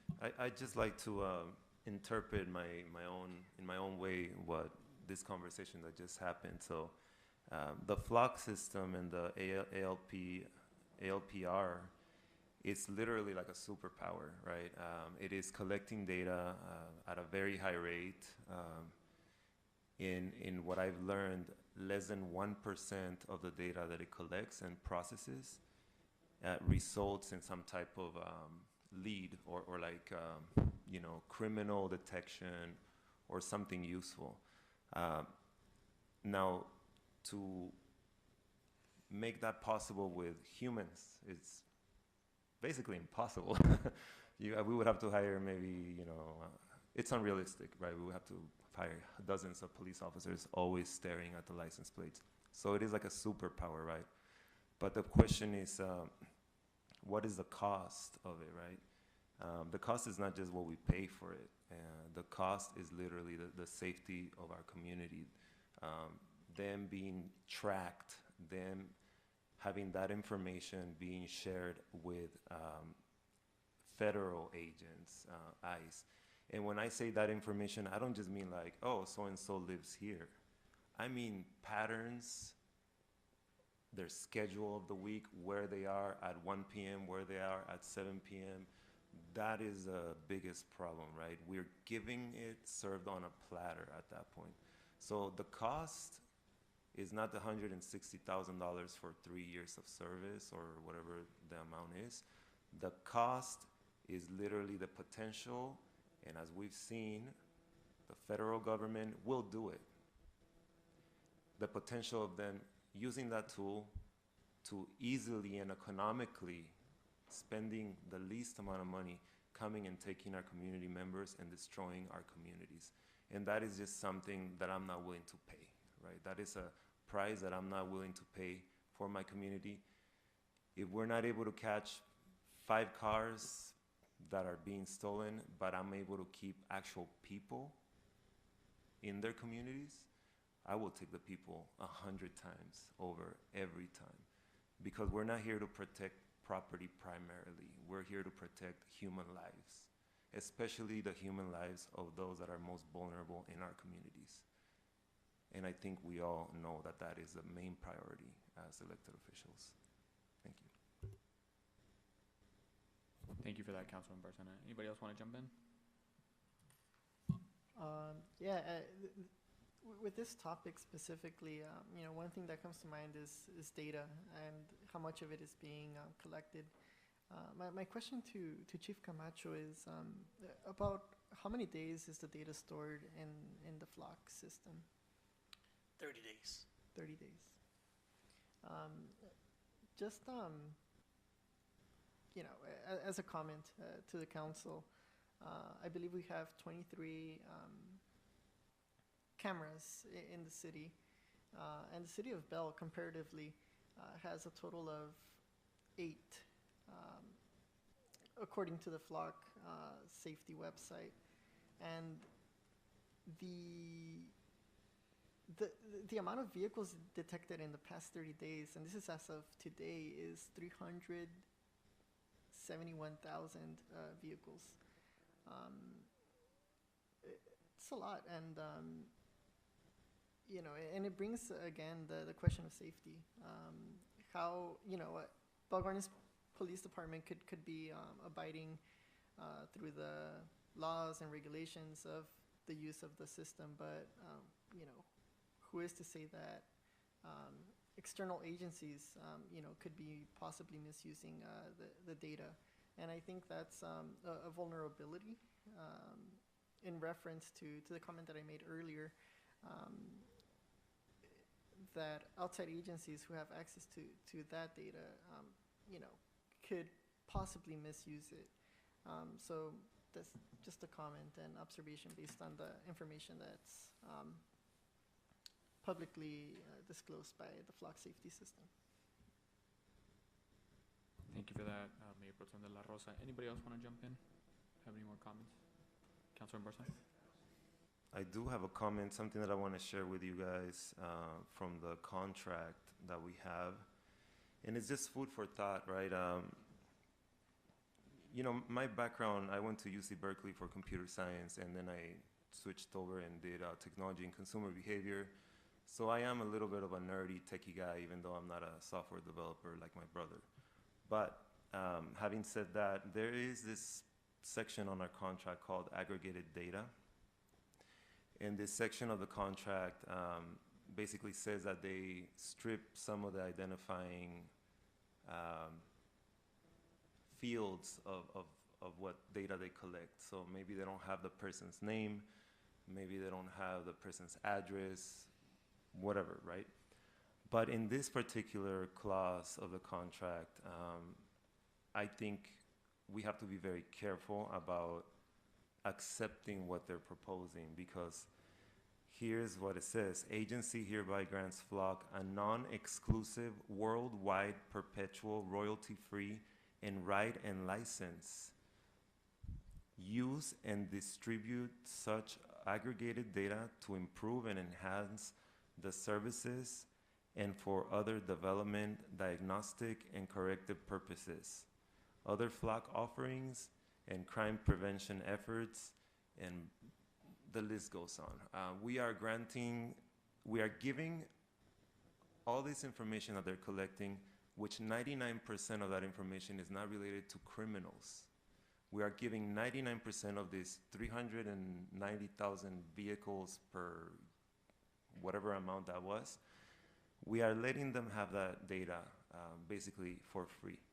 And these algorithms, this artificial intelligence that is being used is so powerful that they are able to use it for their own business models and resell it, and they're making a profit and selling it to the federal government, et cetera, et cetera. So we need to make sure that we are also aware of the ethical issues with this business model, and that we reconsider using the services and paying for these services. just wanted to bring that to attention. I noticed that the contract is not on the agenda item, but it would have helped. And if this does end up coming back to the council, I encourage everyone to please read section 4.4 of the aggregated data, as even though it says that it removes certain identifying information, from what I understand with my experience in machine learning and artificial intelligence, that information is still very useful in order to provide additional services. And by that, I mean services that can end up impacting our community and having them be targeted. Thank you. Thank you so much for that, Councilman Barcena. Anybody else want to jump in? City Manager? Mayor, if I could just ask the chief, I mean, if you see the contract was approved in 2023, so it's pretty new technology in the city of Bell Gardens. I think I remember when seeing one of the cameras go up, I'd ask a couple questions when I jogged by it. I wonder if the chief could just give us an example so the council could hear as to what Flock does for law enforcement. How is that done prior to 2023 in Bell Gardens? I mean, I can guess some of it is if there's a vehicle that's stolen, there's some kind of a notice put out and officers just kind of have to look for it. If they see a vehicle that matches that description, or if somebody says there was a child was kidnapped and it was a vehicle that looked like this, and they just optically look for it. Is there anything else that, you know, if the license plate readers go away, how does that process work as far as the things that Flock does for the city currently? Yeah, Mr. City Manager, I would think we would have to go back to the good old days of doing police work and just, you know, going based on what our detectives are looking for, be on the lookout flyers, passing information from one shift to another shift.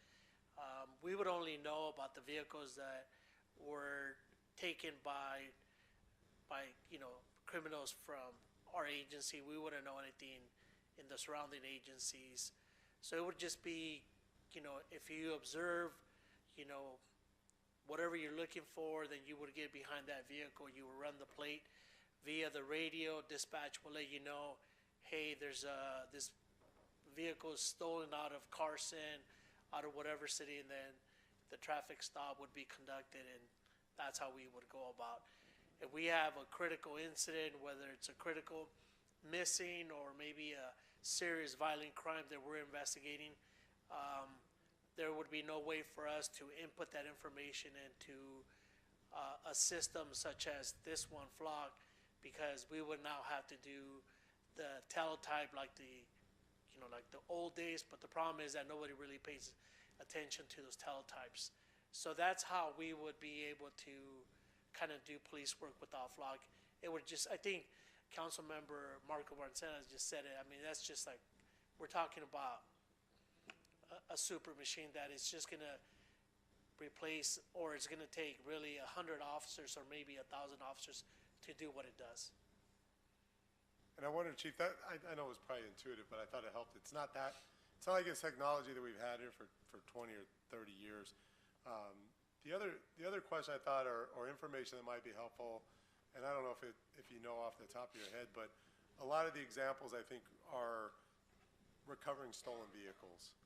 That's what, you know, I think Councilmember Barcena brought that up. I think some of the examples you gave, that's sort of a natural example, is recovering stolen vehicles. I'm going to assume that must be in the 90-some% of like Flock hits, or whatever term you use, are recovering stolen vehicles as opposed to other crimes. I would say the majority of the Flock hits that we get are stolen vehicles, but I would say it depends, because Flock is used by other law enforcement agencies for many purposes. For example, if you have a warrant, if you have an arrest warrant for someone, you could enter that information because you have their vehicle license plate. If you have an investigation, whether it's retail theft, but you have that license plate, you could enter that. There's just so much you could do with this system that it all falls within the different categories that the system allows you to input that information. If I may, City Manager, and I appreciate the Chief bringing that up, because that is actually the problem, right? It's such a powerful tool, and it can be used for so many different things in so many different ways that it's like a double-edged sword. That is a main reason why this is such a risk factor for vulnerable communities like Bell Gardens, where we have a lot of immigrants, and we've seen ICE raids targeted towards. Now, another thing about it, right, is 2023 when we started using Flock. Yes. Right. So that was about 3 years ago, a little less than 3 years ago. You know, again, I hate to take away a tool. I know that it's a tool, and I know that you guys use it for good. The problem is it's very, very powerful, and I think it's beyond our, honestly, our control, as we have seen with Austin, right? 1 million people living in one city, and the council members there, and the police department had to go back to before Flock, right? So just wanted to highlight that. Thank you. And Mayor, if I could just sum up, I think from, you know, conversation I've had with the police chief on it, and some of the items on here, and also that Councilman Barcena referenced regarding the contract. So the contract's up in the early part, I think February of 2026. It is cancelable at convenience. There are some charges, the way the language is that we're still analyzing, but it looks like, you know, if you cancel it, there's probably some net charges you'd end up paying through the end of the term, essentially, but no other real penalties beyond that. You're kind of locked in for this period here. Even if you cancel it, there's some charges that flow. So, you know, and then after that, so really, I think we just wanted to provide the information, make sure all the council understood the agreement, the number of cameras, what it's used for, and if the council wanted more information, more detailed information, I'm sure the police department could provide. I don't know how helpful that would be or not. And with that, I thank the chief for not trying to oversell the product and just laying out the information as it is so that council can make an informed decision. Mr. Cal, if I could just say a couple more things.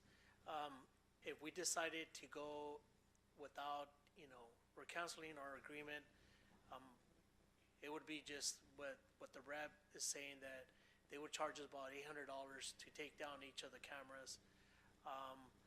I understand exactly the concerns of City Council. I understand the concerns and the fear from the community. So I'm really neutral here. I understand both sides. And I'm here to just support really what's the right thing for our residents. So I just wanted to make sure I'm on record for that. Thank you so much, Chief, for the objective information. Just out of curiosity, if you know from the top of your head, how many hits does your flock system collect in a month, average? Yeah, roughly? I don't know. I mean, I would have to get back to you on that, but just imagine the amount of vehicles coming in, especially in our busy hours. So let's just go from 6 a.m. all the way till like maybe 1, and then it starts again from, you know, 3 all the way up to 7. I would say we're close up in the hundreds. Yeah. Right. Just out of curiosity, just because, you know, we're right there by the 710 entrance and exit. It's, you know, Florence, you know, we're in a key point, right? Where Yes, there's so much traffic for the southeastern region. Yeah, thank you. And I guess just out of a rough estimate, if it costs about $800 to remove 23 cameras, it would total out to close to 19,000. Yeah, that's 19,000 plus some other fees that the representative was talking about. And if we decided that we're going to pause and we're going to come back and hopefully things are better in the future, then we would just have to pay, again, the installation fee one time, and then we would go into a different contract, because now it's, I think it's something like 500 and something per camera, or maybe 675 per camera. So we're in that 2023 deal, so I don't know if we would get that. But they would come down, take all their equipment, And then if we're interested in doing this agreement in the future, then we would just pay the installation fee one more time. Thank you, Chief. Sure. Anybody else want to chime in on this? All right. I appreciate the discussion. I did a bit of a research really quick right now, and I was looking at the different agencies that have this system throughout the county. And it's interesting because, you know, it laid out, the website I was just Googling was called Atlas of Surveillance. I think that was the website.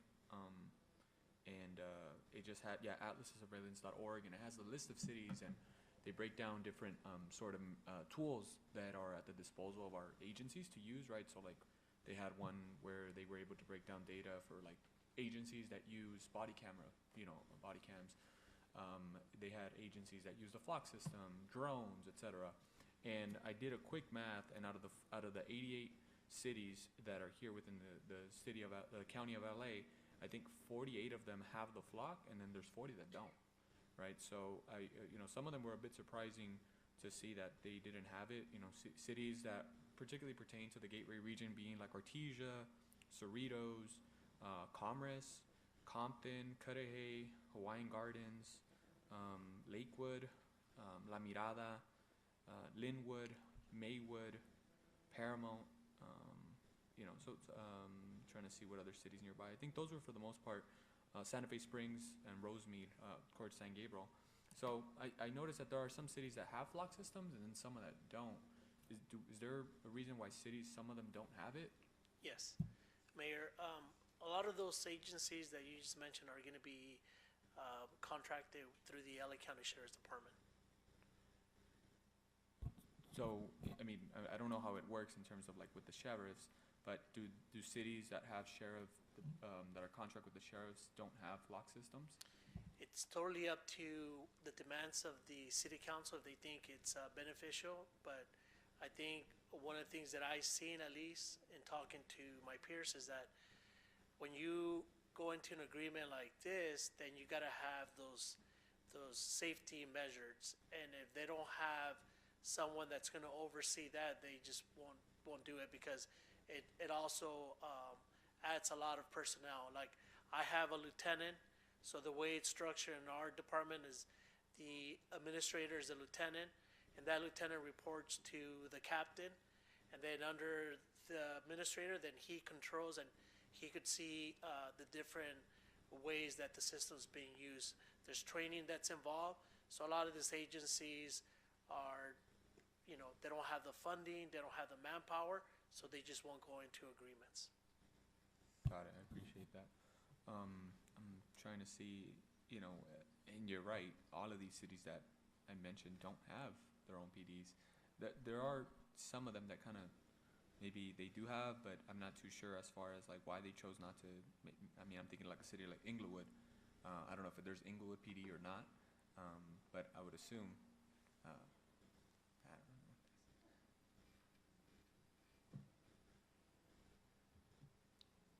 Everything okay?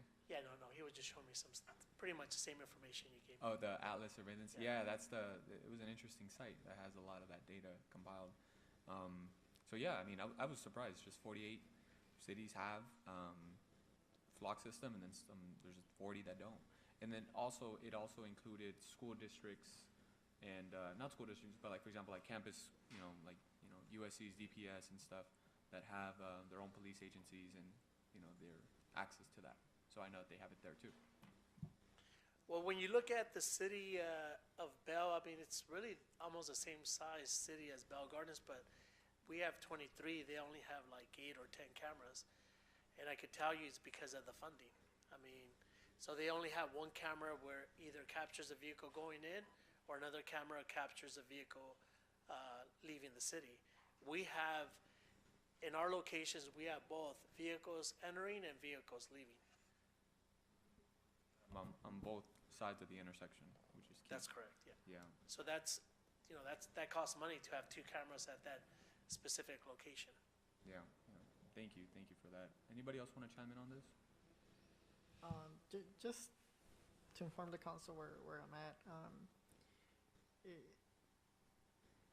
the contract ends in about 6 months and a half. And, you know, looking at the cost to it, you know, close to 20,000. Then to wait it off at 6 months, would we still have to pay the, let's say we want to terminate the contract at the end of the agreement, which is in 6 months, would we still have to pay this installation fee and all those other associated costs, or it just terminates and then, you know, there's no cost? Yeah, Mayor Pro Tem De La Rosa, so according to our flock representative, if we cancel the contract, they're gonna come out and they're gonna remove their cameras, and that comes with the fee. And if we were to ever to go back, whenever that time is ready, then we would be charged again the installation fee. I think, Mayor Pro Tem, what you're asking though is if the contract just lapses in February, is there a fee? I don't believe that's the case. I believe if we just let the contract in February, I believe the contract states that those fees are incurred if you cancel the contract, not just let the contract run out. So we'd have to look at that. I haven't reviewed the contract, so I don't want to speak into it, but we could. Just as a non-attorney cursory review of it, when the contract ends, they would come and pick up their cameras. If you cancel the contract for convenience, that's where the fees are involved. Gotcha. It seems like there's some uncertainty on that because, you know, prior to the meeting, I did talk to the city manager, and he informed me that the cost of canceling, this is an estimate, a rough estimate, would be more or less the same amount that we have already paid for the remaining of the contract, which is February of 2026. So basically, what I understood before this meeting was if we would cancel this contract, it would be like we didn't cancel it in the financial sense, because we would still be, you know, having to pay that amount. But what I'm hearing now is that this amount is actually greater with the camera fees that the chief mentioned. Is that correct? The one thing that I think, Councilmember, that when we're talking with them, we haven't given them a formal cancellation request with an actual reconciliation, because there is some language that says offset against residual value of the cameras. So let's say the cameras are worth $800, so they charge us $800 per camera. It does say that there's an offset for residual value of those cameras. So I think, you know, probably when they're talking with us, they're gonna maybe on the surface give us, it's $800 per camera, and until there's an actual request for a calculation, they're not going to have run numbers to determine, oh, but there's a $250 credit because there's a residual value of those cameras, we can redeploy them. So I think, and I always preface too with, in the scheme of our general fund budget, you know, we don't want to spend money on anything we don't have to spend money on, but there would be some offset according to that agreement based on the residual values. Thank you for explaining that. So I guess just to break it down, so is it cheaper to cancel the contract right now, or just let it kind of cancel on its own in February? Well, from a cost perspective, the contract would just end. If we don't renew the contract for the extra 2 years, the contract's over. It says when the contract's up that they gather up their equipment and move on. So I think from a dollars perspective, you go till the contract ended, and then they're responsible for getting their cameras. But obviously that doesn't address the concerns over the next 6 months regarding the data. But that's not the question. The question was from a dollars perspective, you know, we would need to find out what would the offset cost be. So I think based on the questions that are here, if I don't know that we even need council direction for it, for us to ask Flock for an official calculation of cancellation if we pick a date certain, such as August 15th or September 1st or some certain date, where we say if we were to cancel the contract for convenience, what is the net cost or refund to the city of Bell Gardens would really be the only way we could give a direct answer, because I know there is an offset. Even if the cameras are worth $1, there'd be a $1 times 23 for us to get the correct dollar amount. That's something that I guess I could just say it outright. I think in talking with the chief and talking with the city attorney, that we will do as staff is to make an official request from Flock to say, what is the calculation for it? I suppose unless the council gives us some direction otherwise that says don't do that. I don't think we're going to hurt Flock's feelings or anything by asking for such a calculation. No, I think I could definitely do that for the city council. Thank you. Thank you so much, Chief Camacho and Mike, for clarifying. But then again, it also brings another question, right? Would it be worth it? I say that just because, I mean, it's just been 7 months since I came into council, but within those 7 months, we've seen such a drastic change in nature of the federal administration, and I think I've seen things shift from day to day, and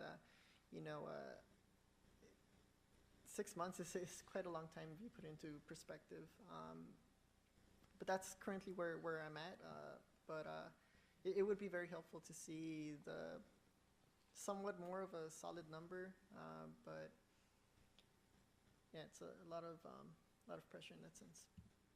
I do want to add my 2 cents. So I know that there's a number being thrown up out there at most like 20,000 or something like that, correct? Even if that was the worst case scenario in canceling this contract, the lives of our residents don't have dollar signs attached to them, to me, right? So even one person that we can save from being targeted with this technology, as we ramp up into increased ICE funding, as we ramp up into detention facilities being opened up, to me, I even feel disgusting talking about $20,000 and the safety of our residents at this level. So that's not to offend anyone, and please don't take it that way, but just recalibrating my morals, my ethics, and my values, to me, it's a no-brainer. But I would like to ask if we can please bring that contract back, and if our legal can have our backs, making sure that we're not being overcharged for any of those items based on the agreement that we have with Flock. Thank you.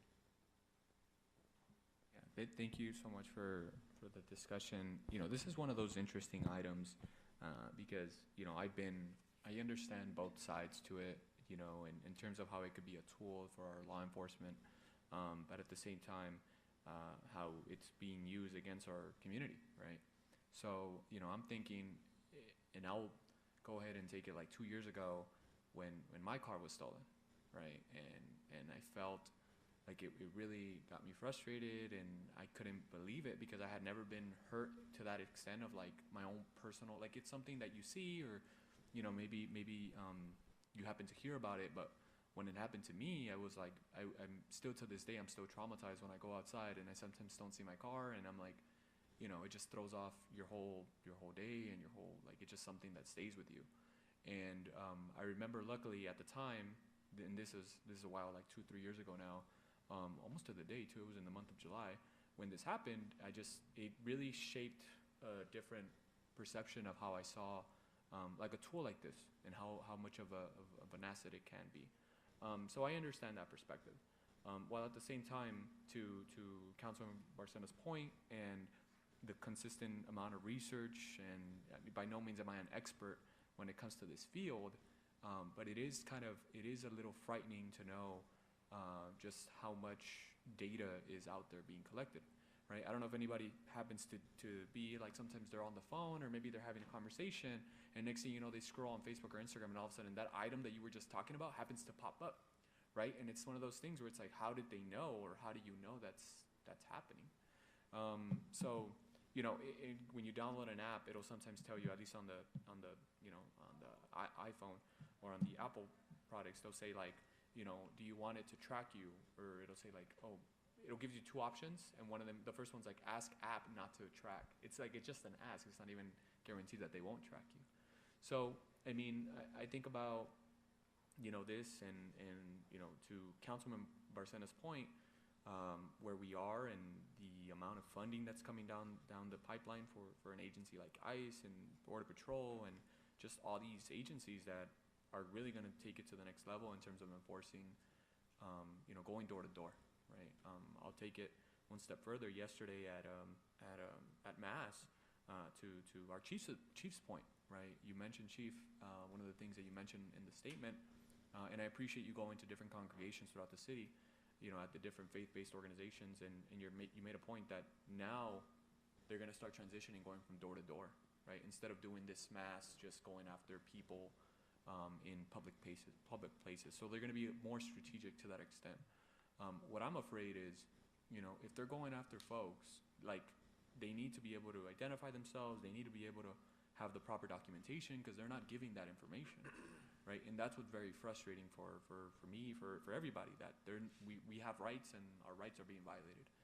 Now, for someone, average residents, someone like my parents, someone that perhaps doesn't fully, I'm thinking maybe folks that aren't to the extent of like being able to really digest what's being tracked on a phone or on a tablet, it is frightening.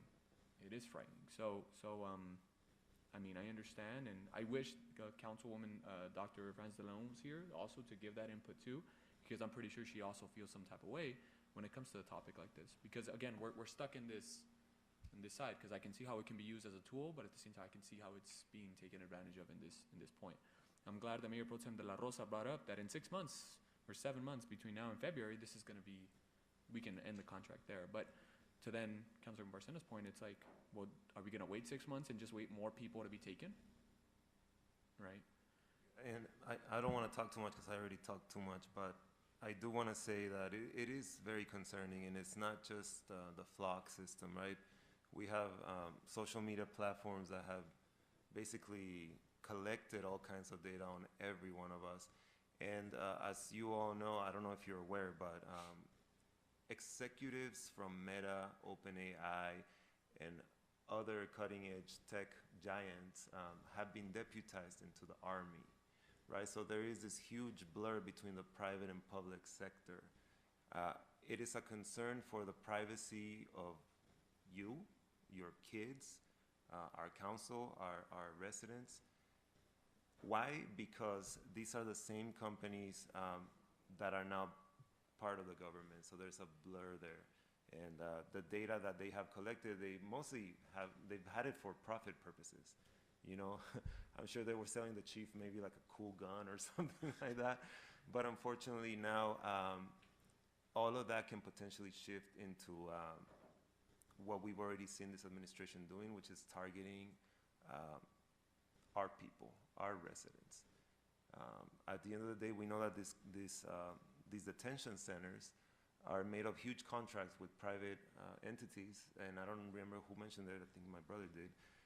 These are publicly traded entities, right? It's a for-profit business. So if you can connect the dots, it's a profit-making scheme, and I just want to protect my community from that, right? Thank you for that. Anybody else want to jump in? Yep, Yeah, I think time is of the essence, especially like how we've seen this administration go rogue these past 7 months. It's pretty urgent, considering the fact that if they're willing to violate various points of the Constitution, what's holding them back from violating data privacy rights, and it's difficult to balance it in this situation, because you're looking at a tool that's very effective for law enforcement, but then again, it could be very destructive if used in a negative manner, right? So I would love to see the cost of removing dismantling the flock system, and then seeing if it would be possible to execute, or have another thorough conversation about this. When I think of the invasion of data privacy and all that, my mind jumps to the phone. we sign away so many, we give it away. We give away so much information, face, ID, all of that, credit cards, anything. Right now, you mentioned talking about protecting our community, which I'm 100% with you on that one. Every life is valuable, right? So I think about that one homicide, the one that you were able to take. And so I'm also troubled with information, and I really wish our colleague was here to kind of help us also dive into this conversation. But if we're talking about, again, the data being given, there's also a protection clause that we're doing by having these flood cameras in our community. So just wanted to share that. Thank you so much. So I think, City Attorney, I know you wanted to jump in on this. I was just gonna say, based on the conversation and the request that I've heard from several council members, what we can do is, the chief can get that information for you all, and then we can agendize it for the next council meeting so that you all can discuss again, with all 5 council members, having the information, having the numbers, and then at that point, you can all direct staff as to whether you wanna continue forward with the contract or you wanna give direction to terminate. But at least you'll have that information at that point.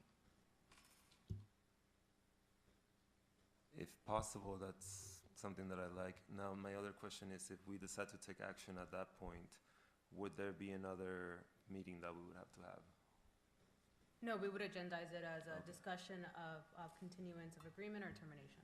Okay, and I do want to say that I made some efforts to organize for this particular meeting.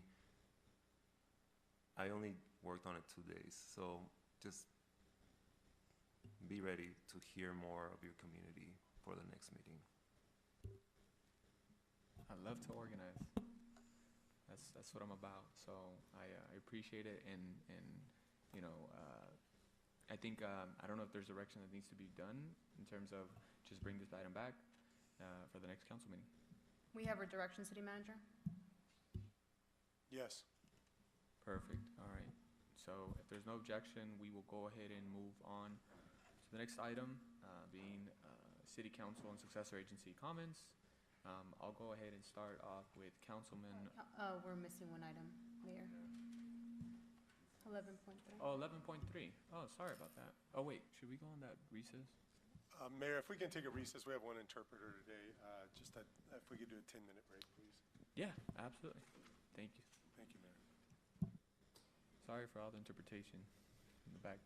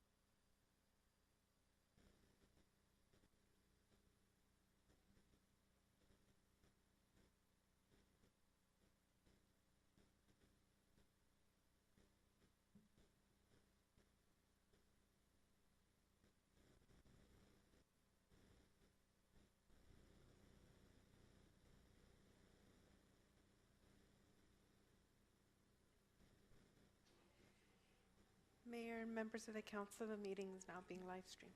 Thank you so much for that, City Clerk. Moving on to item 11.3. Ms. City Manager, take it away. Thank you, Mayor Chavez.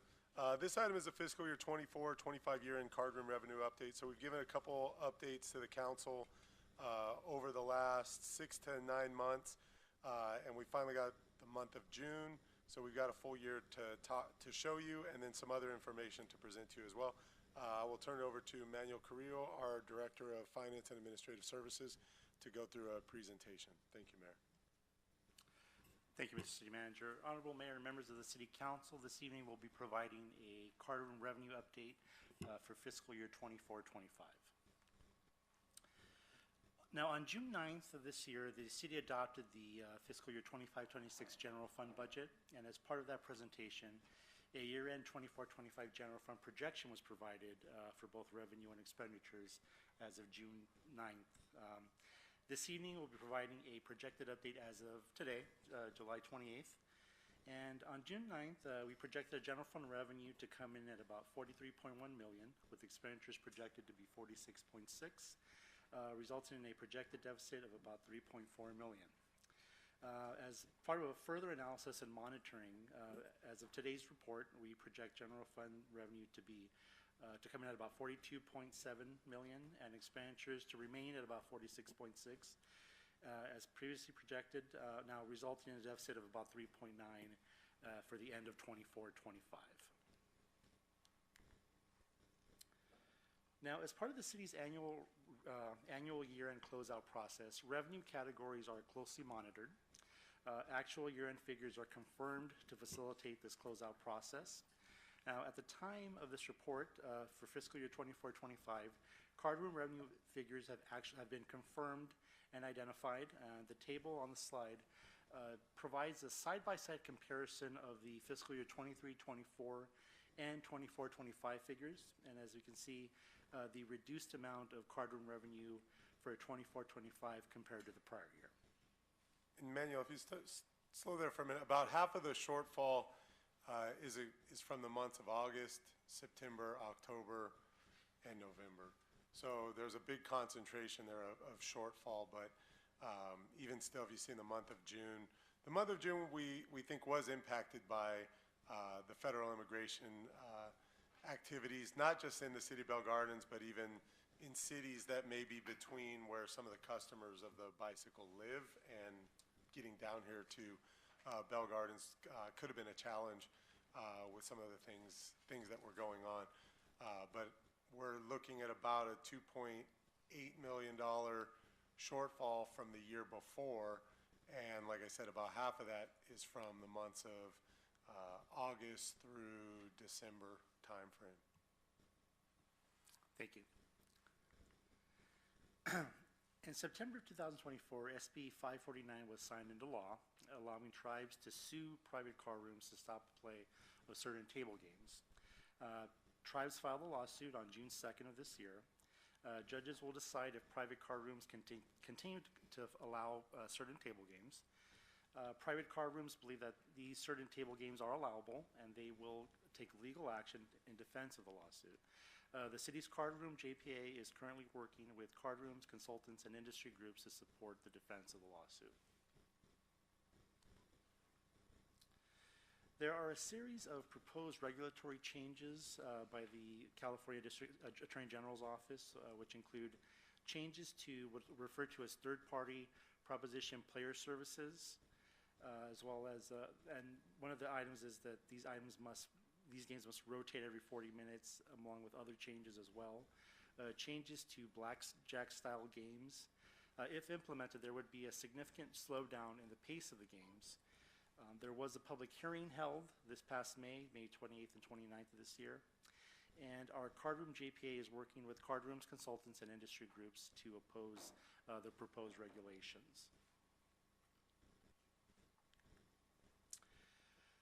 Staff recommends that the city take the following steps to address and monitor city revenue. Continue to closely monitor cardroom revenue. Continue to work through the cardroom JPA. Develop contingencies to address any long-term reductions in cardroom revenue. and continue to develop additional revenue opportunities. And some items that come up are possible consideration of a 1/4% sales tax ballot measure, which would produce an estimated 1.3 million per year. Retail cannabis, currently there are 5 development agreements currently signed and there are 2 pending.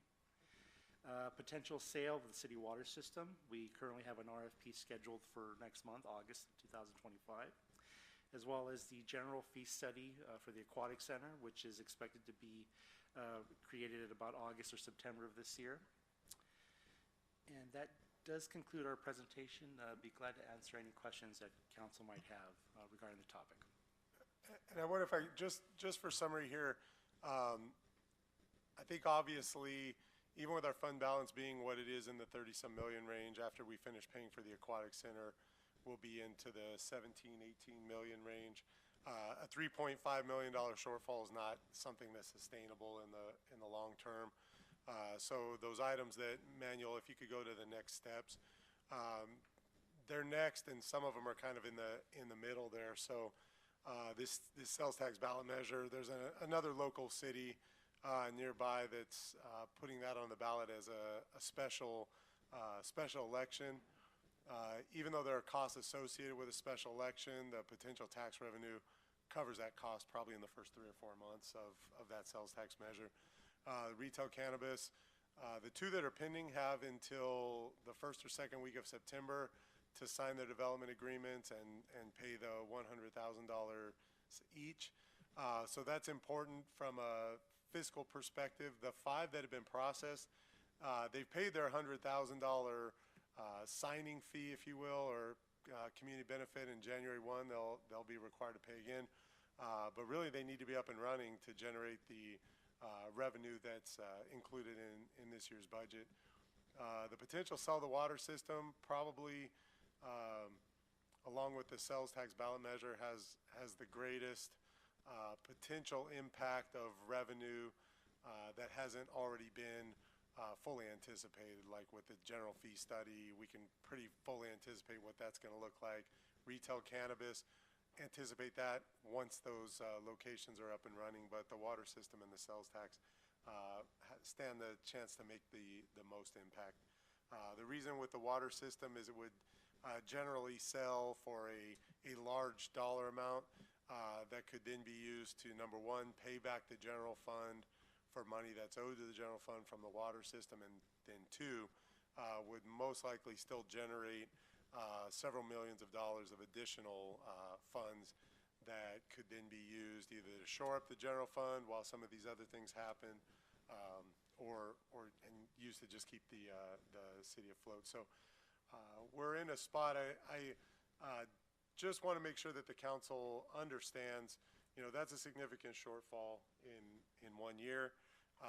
It is, a lot of it is from some one-time work that was being done there, but if we look at the 1.288 million revenue for the month of June, if we assume that was impacted by about a 10% perspective, we'd be looking at about a $1.4 million per month, which should be probably our new normal, which is a little bit on the low side from where we had wanted it to be. So this is something we'll continue monitoring and bringing back to council as we move forward. The final thing that I will just say is that first bullet point about the sales tax ballot measure. This is really the first time I think that we've brought this to council, even mentioned it. What's kind of triggered it is just some commentary, some conversation with the city attorney, with our director of finance admin services, and then seeing that a local city is declaring sort of a fiscal emergency and moving forward with doing something very quick on that. So something that we'll put into a little more rigid formula and probably bring back to the council again somewhere in the next few months to consider. So thanks, Manuel, and thank you for the council for your patience there. Great. Thank you so much, everybody, for the presentation. Thank you, Director of Admin and Finance. I appreciate it, City Manager, for sharing. And I'm glad to see some of these next steps. I do have some comments, but I want to go ahead and open it up for my colleagues. Great. I am definitely interested in that quarter cent sales tax ballot measure. I think that I remember back in 2020, prior to me being on the council, we had at the time Measure A for the city. And, I wouldn't say that perhaps we should pursue that as a special election, but certainly if we could avoid that cost, to bring that item back for a regular general election, which I think would be November 2022, unless we could put it in the primary, but whatever is less costly to the city. And the reason I'm such a big advocate for us taking advantage of this is because if we don't, another agency that currently represents our city can do that, right? Whether that be the county, whether that be a special district. And again, we want to make sure that Bell Gardens sales tax dollars that are spent within the city of Bell Gardens can stay within the city of Bell Gardens, right? And service the residents of Bell Gardens. So for me, that's always top of mind. And it's interesting because, you would think that sometimes, folks on the council, especially if it's the first time, there might not be for taxing more of the community. But in this case, we've been a council that has instead used all of these tax dollars back on the community, right? Through various different, recreation community services, our police, we think of rent stabilization in the housing department that we've staffed up, et cetera, so on and so forth. So, yeah, I would say that if possible, we should definitely consider bringing that item back. And I'm glad that the county did pass, I believe it's Measure A, that allowed us to then tackle on this extra quarter cent sales tax on that. I also wanted to mention, I'm curious about the retail cannabis, and I know that there's 2 pending. Do we know which of those 2 are, and then do we know when that deadline is coming up? Because I know we put a deadline for these. Yeah, the deadline was second week of September, so I won't say the specific date because I don't have it on me. The 2 that are still pending, Manny's looking right now. It would have been the last 2 that come through. I just don't recall the names at the moment, Mayor. Great, okay. But at this moment, the first 5 have already. Yes, and they've paid as well. Yes. Perfect. The $100,000 community benefit payment. Okay, all right, great. Let's see, and then the last one, I know we've had the discussion of the sale of the city water system, and I think I've been sort of, I haven't been hidden when it comes to this item. I think that the city water system is it's a difficult situation, and my hope it would be that the federal government, obviously not in this situation, but in past administrations, there has been intent to try to help out cities that have had impacted water systems. I know that there was a bill as well at the California State Legislature, authored by, it came to the committee of our California State Senator Lina Gonzalez, and I know she was an advocate in regards to cities that had contaminated water systems. But I think it's an amenity, and I think we should try to do our best to keep this service or this amenity to our city, right? And figure out a way that we can continually incorporate it into our future plans, right? And then the final one, the general fee study. I know we talked about the aquatic center. I'm kind of curious, what would go into effect of this general fee study? I mean, would this be the differentiating factor if we're going to charge $1 to go into the aquatic center, or we're going to charge $5 to go in? I'm kind of curious. So the first general fee study, so that would be for all of our fees. That would be primarily those fees would come out of mostly community development, some public works, some PD. Probably not large dollar amounts for us as individuals, probably not large dollar amounts on a $50 million general fund budget. We specifically mentioned in some of those brackets just some specifics that we're doing. So with the aquatic center fee study, that's just to determine what would reasonable fees be for residents, non-residents, that we would bring back to the council, to decide what you want to charge for those services. Those probably for just individuals using the aquatic center, probably not going to generate a significant amount of revenue. For teams or leagues that would potentially use the facility, that's probably where there would actually be some general fund revenue that could help defray some of the costs. But just the average usership would be similar to like the trolley service, where the cost to fully cover one person using the aquatic center is probably cost prohibitive for somebody really to spend the money. But the opportunities there would be from the larger leagues and things like that. So from a dollar perspective running through here, putting them in order, the retail cannabis from an ongoing perspective right now has the highest annual potential benefit. We've already included estimates of that in our budget, though. After that, the sales tax ballot measure, we have not included anything like that in our budget. That would be an additional 1.3 million that we've never anticipated, and we don't have built in. So that would be pretty much straight cash flow that could be used for services. And then the potential sell the water system, just a large influx of cash to pay the city back.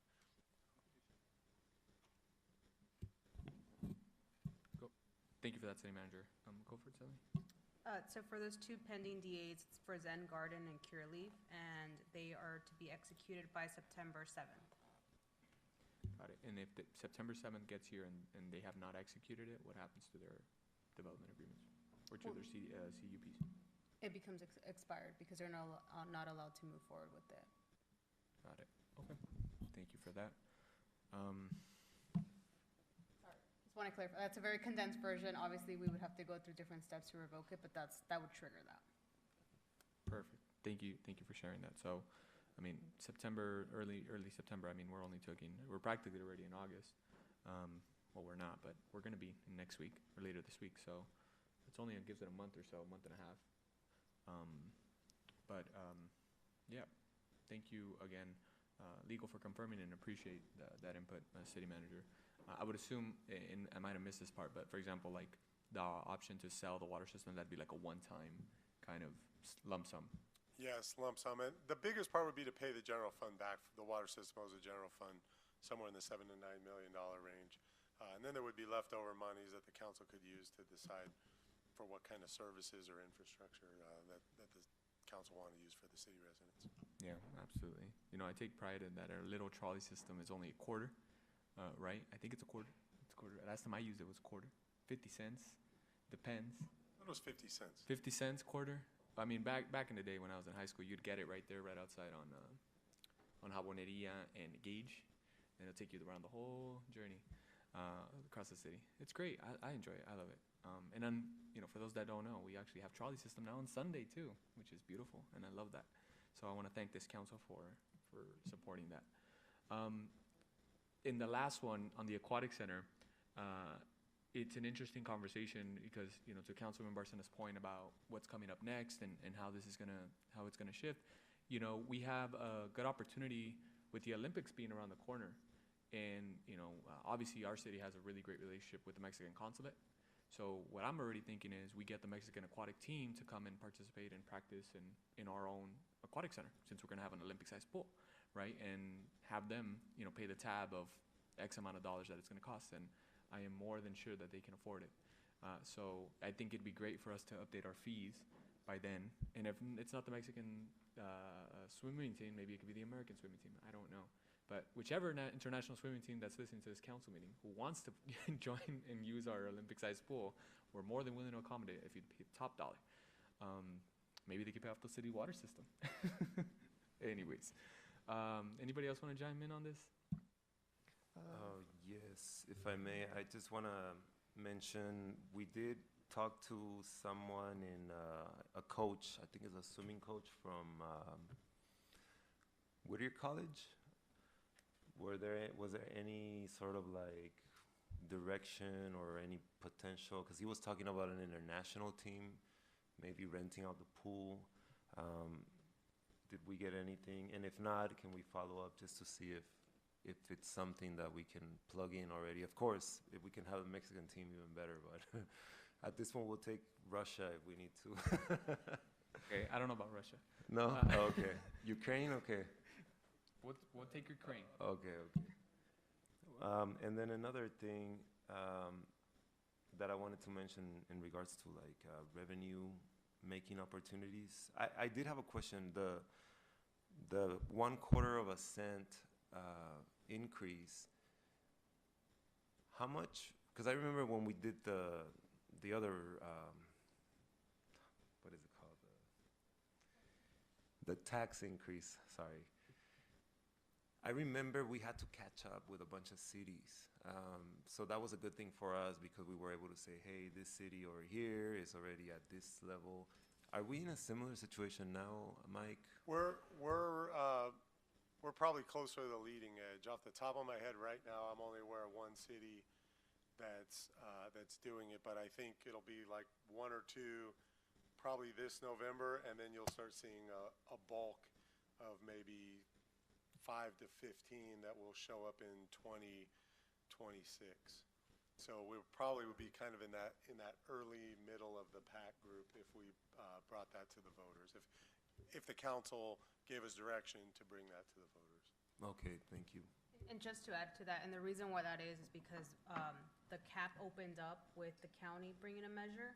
And so before we were capped, we had reached our limit, but now the limit has gone up. So now that we can also bring a ballot measure, and like the mayor said, it's either the city brings it or another agency will bring it and absorb those dollars.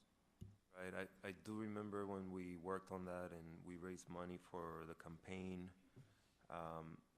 We had to catch up with a bunch of cities that had already done it, so that was like a good way to sell it. But if we're kind of like on the earlier side of things, it might be a little trickier, but might still be worth the effort.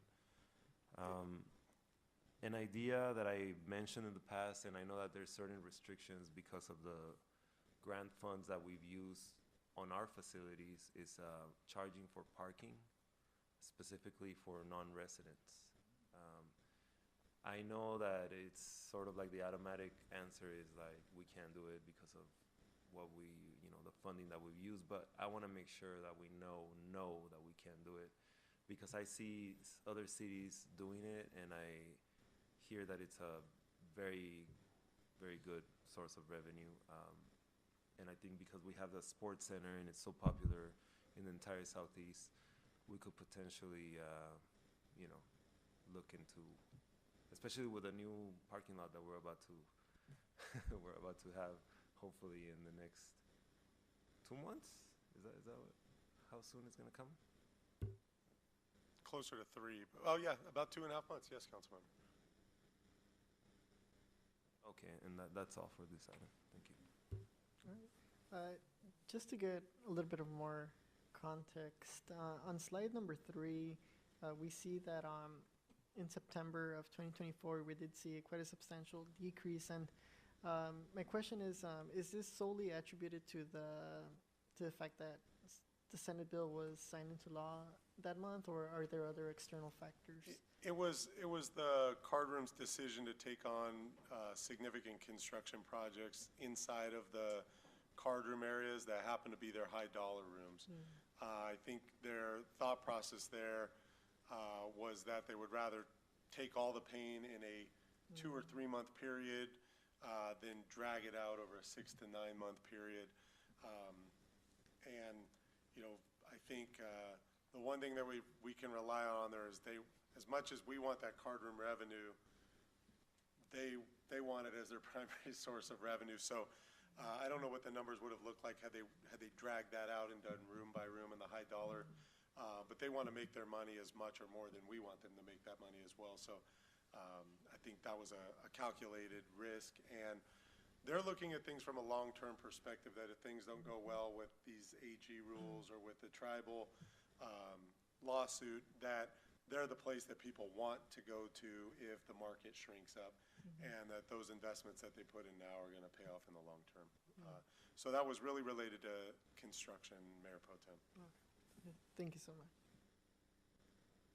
Yeah, thank you for sharing that, Mike, because it is interesting to see that big drop in that month, like significantly, almost 50% drop.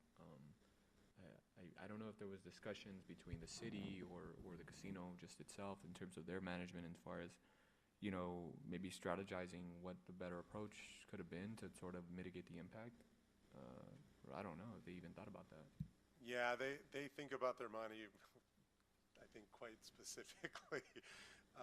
Almost maybe, well, I'll just leave it at that.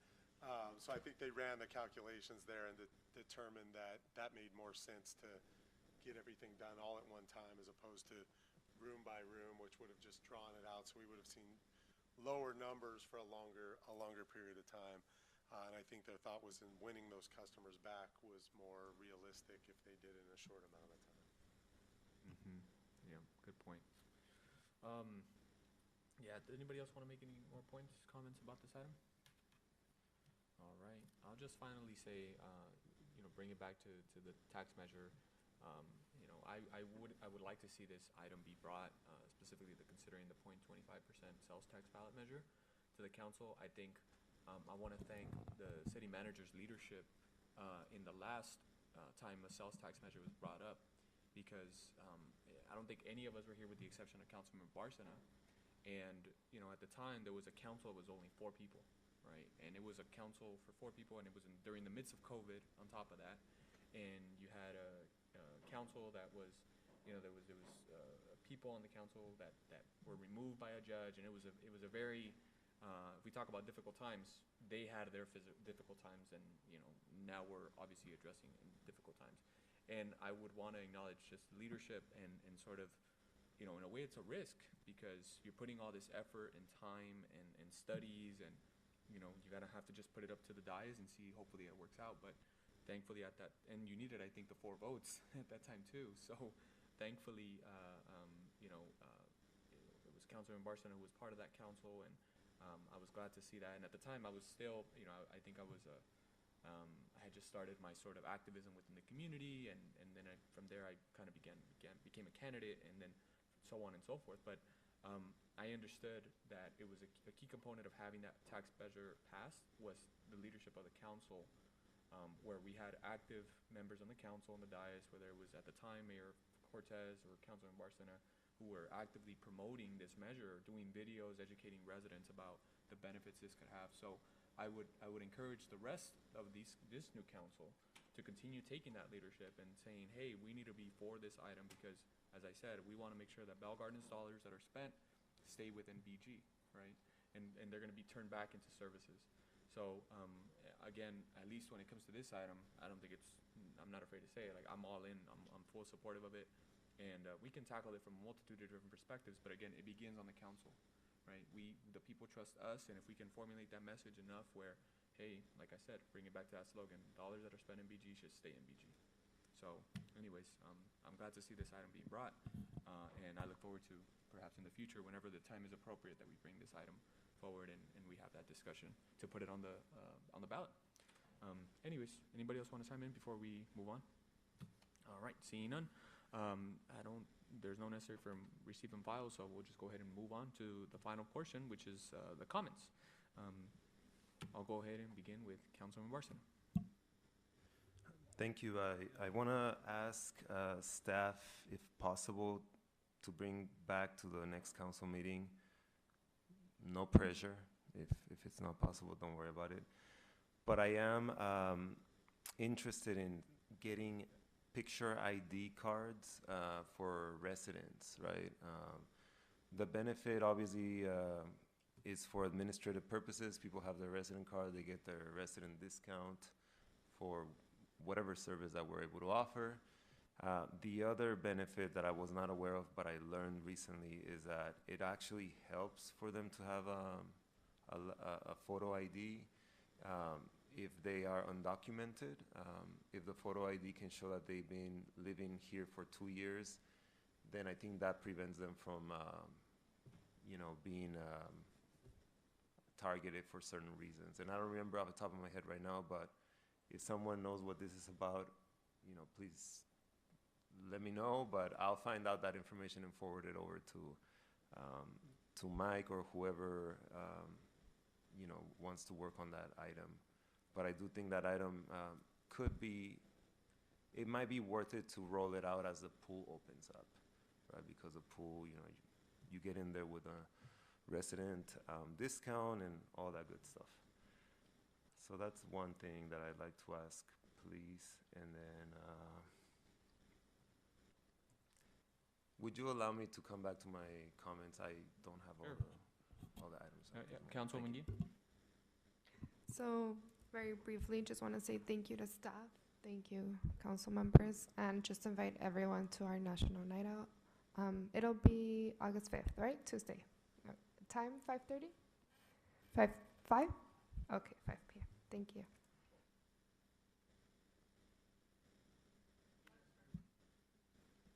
Sounds good. Mayor Pro Tem de la Rosa?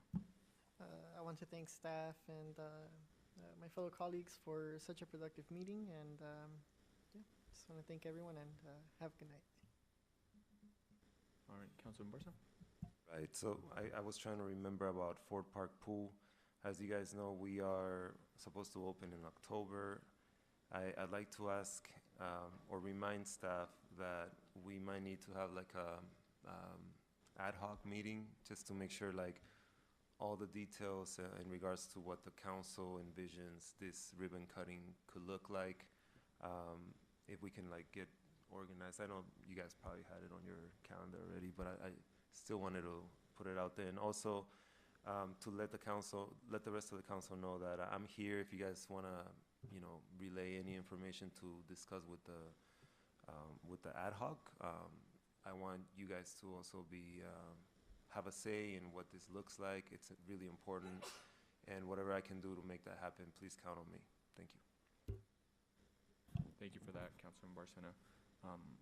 You know, and I'm glad to see that we're having that discussion already, and it's exciting because we've been working on this project since, you know, years, almost a decade.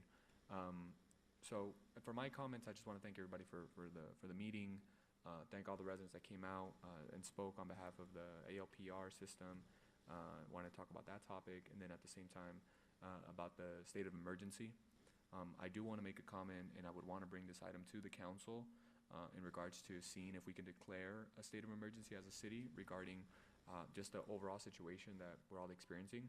I think it's no question. There shouldn't be a question whether or not it's an emergency. I mean, people are literally being kidnapped, and I mean I have personally seen it myself, and I've been out there, so I think it's more than powerful, and especially when we see our residents from Well Gardens and residents from Southeast LA trying to tackle and address this issue. So I would want to see this item brought to the agenda for the next meeting. And again, thank the residents that came out. And I'm glad that we're going to bring that discussion back as well, the ALPRs, and see how we can have that discussion in terms of the full contract and just being transparent and cost. I know that there was some questions relating to, hey, if we ended it right now, what would be the cost? And then if we ended it in February, what would be the cost? And also, Councilwoman Dr. Fenton de Leon Sanchez wasn't present as well. So again, just discussions, and I think our next meeting is going to be on August 11th, I think. Yeah, August 11th. So it should be good. I did want to reference that study that I think the Councilman Barcena mentioned in terms of areas that were most impacted regarding to ICE. It's no surprise that you know, our city was number 4 on that list. You know, I think number 2 was Pico Rivera, number 1 was Panorama City, and I think another city that was on that list that was number 10 was Southgate, and it's just, you know, you see these stories. I know that today there was an order. I don't know if city attorney has anything to report about it, but there was regarding to the TRO, temporary restraining order. I think there was a decision that was going to be made today regarding from the 9th district. I don't know if you've read anything about Or arguments were today. Got it. And how did that go? We haven't been notified of any updates. It's just the oral argument portion. What comes after the oral arguments? So the Ninth Circuit would make a decision as to whether they're going to uphold the TRO or not. And then we received the other update was that the city of LA and our legal counsel is going to be filing on Wednesday.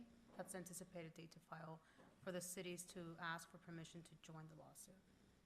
Thank you for that. So one of the things that we did that I wish would have gotten out there sooner, but I'm very passionate, and I'm glad that our council decided to take the righteous decision to join this lawsuit along with our neighboring cities that are under attack by this administration. So we got to do it in every shape, way, or form. When we talk about services, we've been on top of that. When we talked about allowing our voices to be heard, we've allowed that from our community. Now we got to do it on the dais, and that's the process we're going to take. And you know, we have other cities that have decided to take that path too, nearby, right? We have cities like Pico Rivera, like Paramount, like Culver City, Beverly Hills, so on and so forth, obviously being led by the city of Los Angeles. So I'm just glad that this is going to be a coalition effort where we have public council, Chirla, and so on and so forth. tackling this, because as I mentioned, we've said it for the past couple of meetings, you know, our community is under attack, and they're scared. I want to ask our director of Recreation and Community Services, how was the backpack giveaway this weekend? I know that was our first event, and I did get some questions from the residents saying, hey, I thought events were canceled, what's going on? So I'm curious to know about the attendance and how much supplies were actually given out. Do we still have left over? What are we going to do with them, and so on and so forth? Good evening, Mayor. Yes, thank you for asking. We had relatively good attendance given the circumstances and the current things going on. We gave away 243 backpacks, which is just about half of what we gave away last year. So we do have some that are left over, obviously, that we'll either use again for next year, or as families approach asking for supplies, we definitely give them those as well. They never go to waste. They will always be used. We had probably about 600 people come through the event total throughout the entire day on Saturday, so it was definitely a successful, well-attended event, especially given the climate of what's going on. Thank you for sharing that. City Manager, do we have anything as far as summer concerts and movies? Is that still? So tentatively, we just have scheduled cancellations through the end of this week. So initially, we had postponed the mayor's town hall, so we've just advertised that for Wednesday. Thursday, we canceled the event at the park with plans for everything after that being open, which the two are the ones that we've mentioned, National Night Out on Tuesday, and then the final Director of Recreation Community Services, it's movie at the park next Thursday, right? Correct. So final movie at the park next Thursday, and then after that would be the normal programming, subject to anything else happening that would make that tenuous and.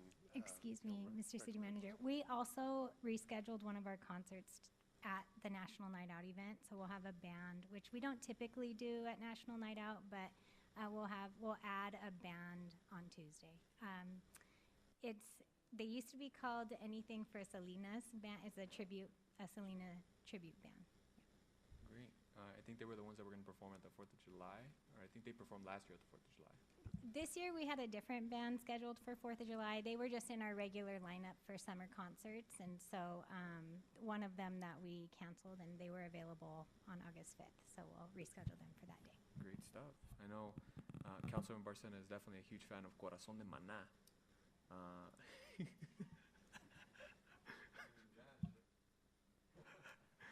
Corazón de Maná is pretty good. I like them. They're cool.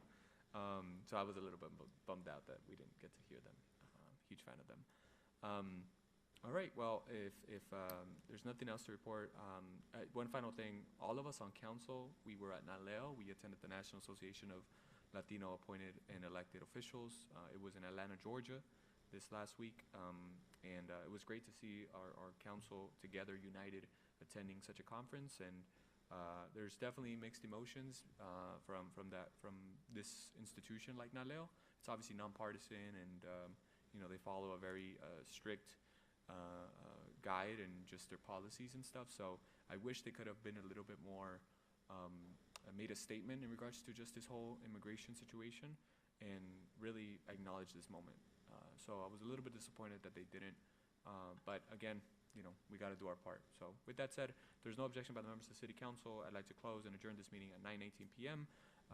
This Monday.